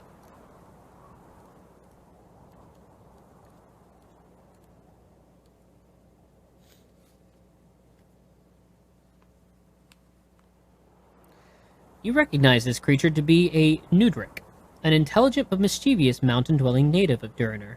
The Nudriks inhabit a maze of smaller shafts and fissures that honeycomb the Hammerdall Mountains, and live off whatever they can steal from the merchant caravans that travel the Tarnelin.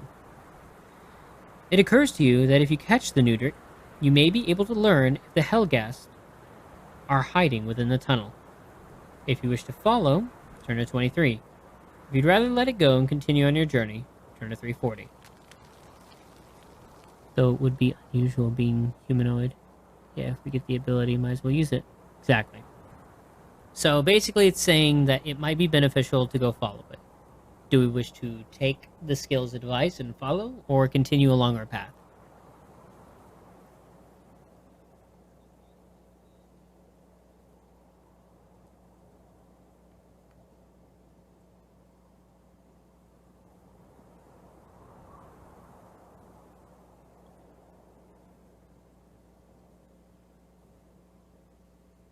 There we go.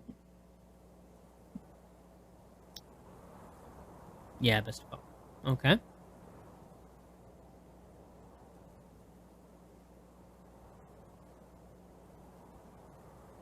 We're gonna go 23. Now we are reaching close to the area where I died. Along the path of the story. Once we get past that point, if we do get past that point, we will be in unknown territory.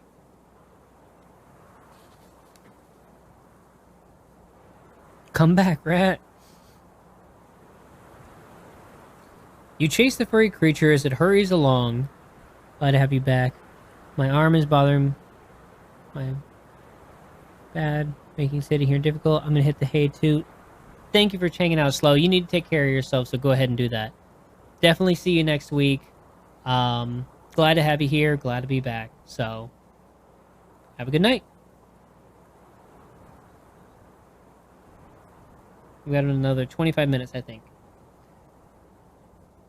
So, you chase the furry creature as it hurries along a narrow, twisting passage for nearly 10 minutes, and are about to give up the chase when a passage opens out into a huge, torchlit cavern. A stunning sight greets your eyes. The cavern houses an entire colony of these strange creatures, all busily sorting through and examining vast piles of strange objects littering the center of the hall. And if we do have the skill, we turn here. If we do not, turn to there. So we do have it, so we have to use it. 144.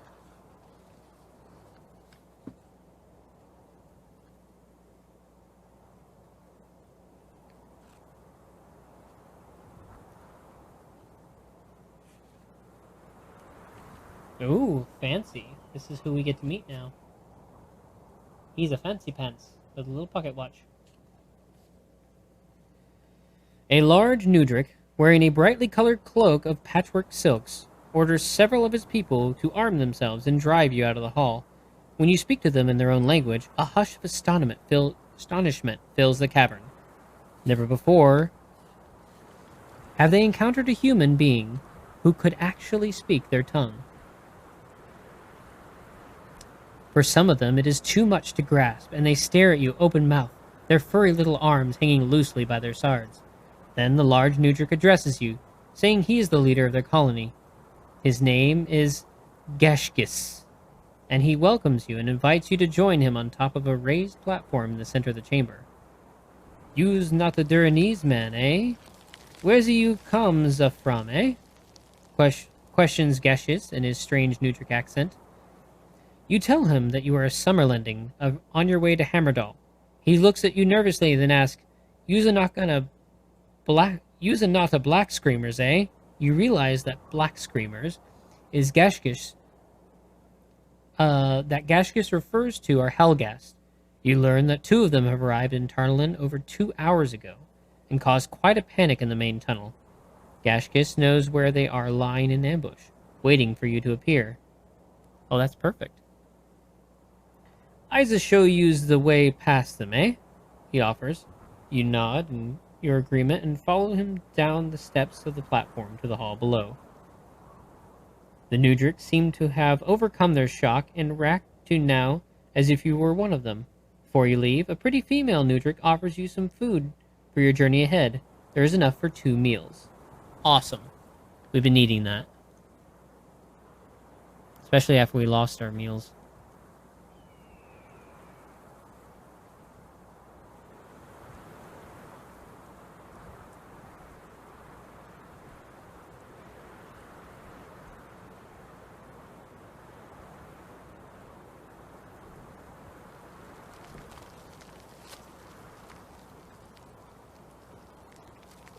Let me update the character sheet.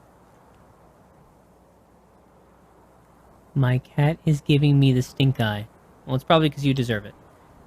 It's the original Jar Jar dialect, right?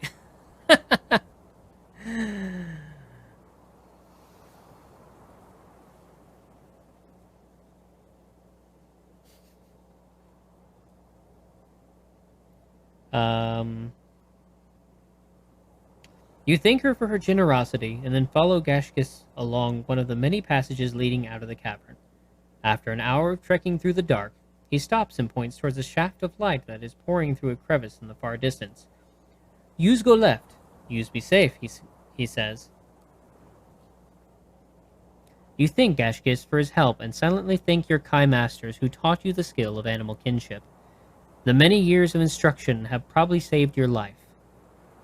Well, that was a commentary towards us. Hashtag you're rude. Aw, dream. Then you squeeze through a fissure in the rock wall and drop 3 feet to the pathway below. You are thinking how kind the Nudricks were when you discover they have stolen all your gold. Never mind those jerks. No wonder they gave us some food.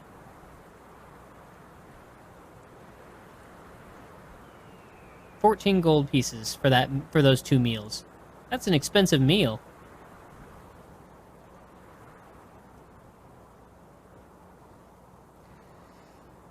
Son of a gun. I'm gonna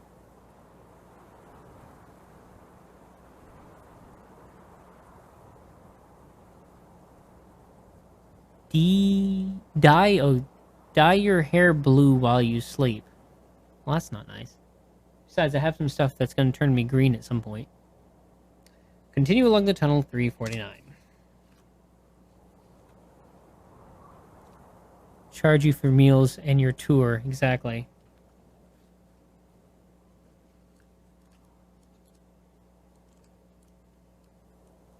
So we've already done way better.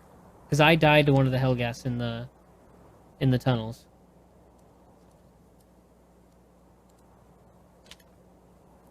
So 350 is always the end. So we're close. But it's like, no, we're going to go back now. Your cat can dye hair. Well, Dauntless's hair just got updated blue. So her hair is giving off blue. So to anything that touches it. It would be lovely. Yeah, it'd save us a lot of money, too. You have covered nearly 3 miles when you see a group of wagons in the distance. They have been strung out across the highway. I didn't hear what she said. She was yelling at me, though. To form a barricade.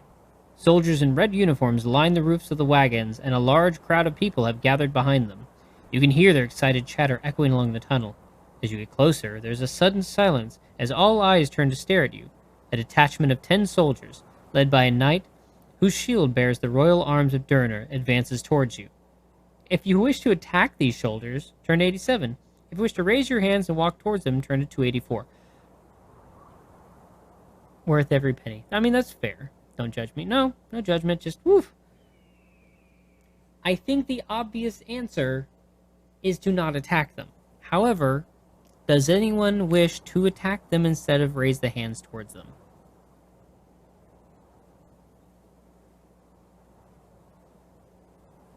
Because this is y'all's game. However, we will probably die. It would be sad to have gotten this far and then die.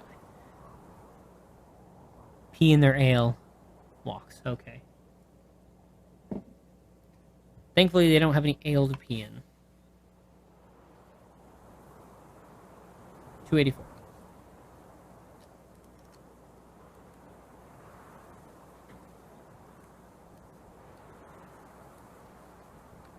Nope. This one comes with that. Cautiously, the soldiers surround you and take your weapons and backpack. The knight steps forward and raises the visor of his helm.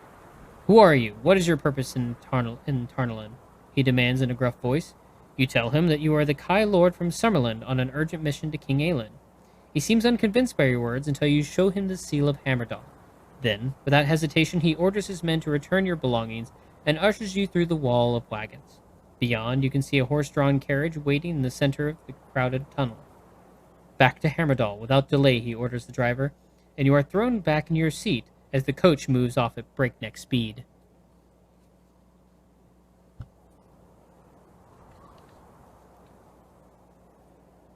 You soon learn that the knight is Lord Axum of Rhyme, commander of King Aelin's personal bodyguards. He was on his way to Port Bax when the Helghast entered Tarnalin. He and 10 soldiers were the only ones to survive a deadly encounter with these evil creatures. During your ride through the Tarnelin, you must eat a meal or lose 3 endurance points. Huzzah! The journey to the capital will take 5 hours, and you are advised by Lord Axon to get some rest. As you slowly drift off to sleep, you begin to dream about the Summer Sword. You picture a triumphant return to Holmgard and the defeat of the Dark Lord's siege. Perhaps it will be a good omen of events to come. Turn to 9. Alright, let's mark off the meal.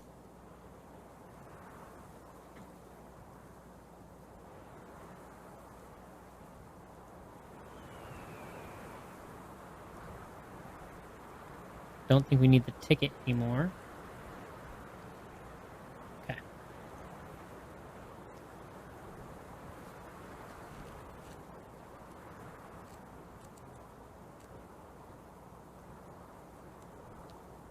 Oh, this one also comes with an illustration. You know you're on the big main path when it's this whole series of illustrations.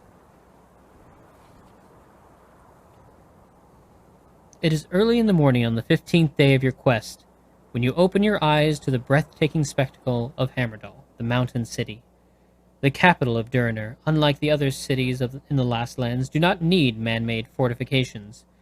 The encircling peaks of the Hammerdal range offers far more secure protection to the people within.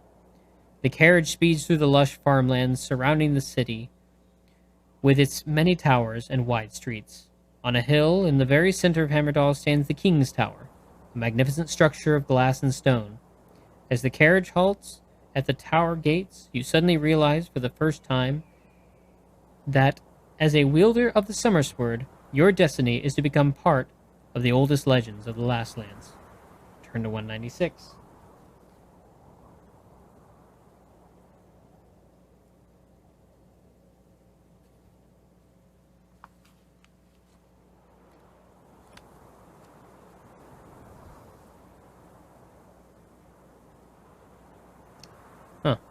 King Aelin IV sits alone in his domed tower, viewing his mountain domain through one of the many portals of tinted glass. You and Lord Axum are formally announced as you enter the chamber, and you respectfully bow to his majesty. Then Lord Axum removes the seal of Hammerdal from your finger. Oh, it was on my finger. And walks over to the king's side. For nearly an hour they talk, their somber faces reflecting the seriousness of the situation. There's a short pause of silent meditation, and King Aelin suddenly rises from his throne and addresses you for the first time. Alas, the Dark Lords have woke once more, and once more does Summerlin come in search of our aid. I have prayed that my reign would be remembered as a time of peace and fulfillment, but in my heart I knew it would be otherwise. The king removes a golden key from the pocket of his white robe and inserts it in a marble dais standing in the center of the chamber. A gentle humming fills the room as the stone cover slides back to reveal the hilt of a golden sword. Take the sword, Lone Wolf. It is foretold that only a true son of Summerlin can release the powers that lie within the blade. As you grasp the glowing hilt, a tingling sensation runs up your arm and radiates through your body. If you have the Kai discipline of Sixth Sense, turn to 79. If you do not possess the skill, turn to 123. We do have it, so we turn to 179.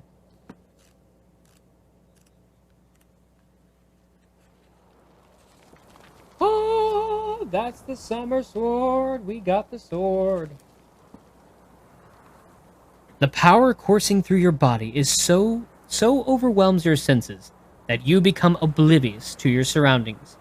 You instinctively raise the blade above your head, where a shaft of sunlight suddenly catches upon its tip and floods the chamber with a blinding white glow. At that moment, the true power of the Summer Sword is revealed to you. The weapon was forged long before the Summerlending. The Durinese, or the Dark Lords, dwelt in the Last Lands. Its makers were of a race of men that men would now call gods. To release the power that it contains, only a Kai Lord may wield it. Should it be used in combat by anyone who is not a Kai Lord, its powers will fade and be lost forever. I have the power! Exactly. When used in combat, the Summer Sword will add 8 points to your combat skill. 10 if you possess the Kai discipline of weapon skill with any sword. It has the ability to absorb any magic that is used against its bearer, and it doubles the total of all endurance points lost by undead enemies, e.g., Hellghasts, in combat. It is the only weapon in all of Magnamund that can kill a Dark Lord, and for this reason, the Dark Lords are bent on thwarting your quest. Damn! You now realize you hold the only power in Magnamund that can save your people. Slowly the light starts to fade, and you become aware of Lord Axum's hand on your shoulder. Come, Lone Wolf. There is much preparation for your return to Summerland. You sheathe the summer sword in its jeweled scabbard and follow Lord Axum as he leaves the king's chamber. Make the necessary adjustments to your combat skill now that you possess the summer sword. Note the powers of your sword under the special items section of your action chart. Turn to 40. Alright, so let me make some quick notes because this thing kicks butt.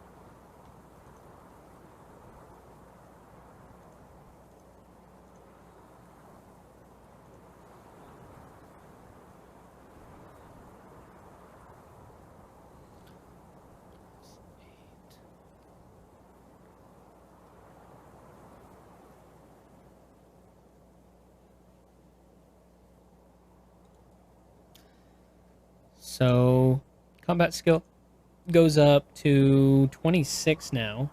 Jeez. See, now is when we need to get for the next book, we need to get the Kai discipline of weapon skill, and hope that we get one of the sword ones. Well, adjust and call it a night. Yeah. Yep, it is pretty much that time.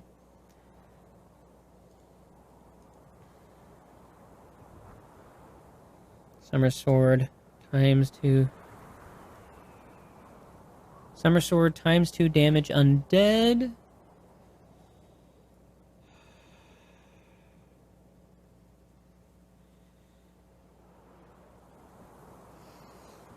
And then Summer Sword.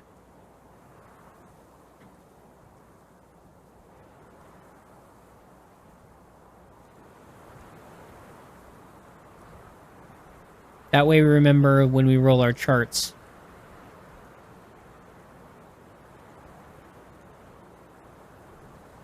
Okay.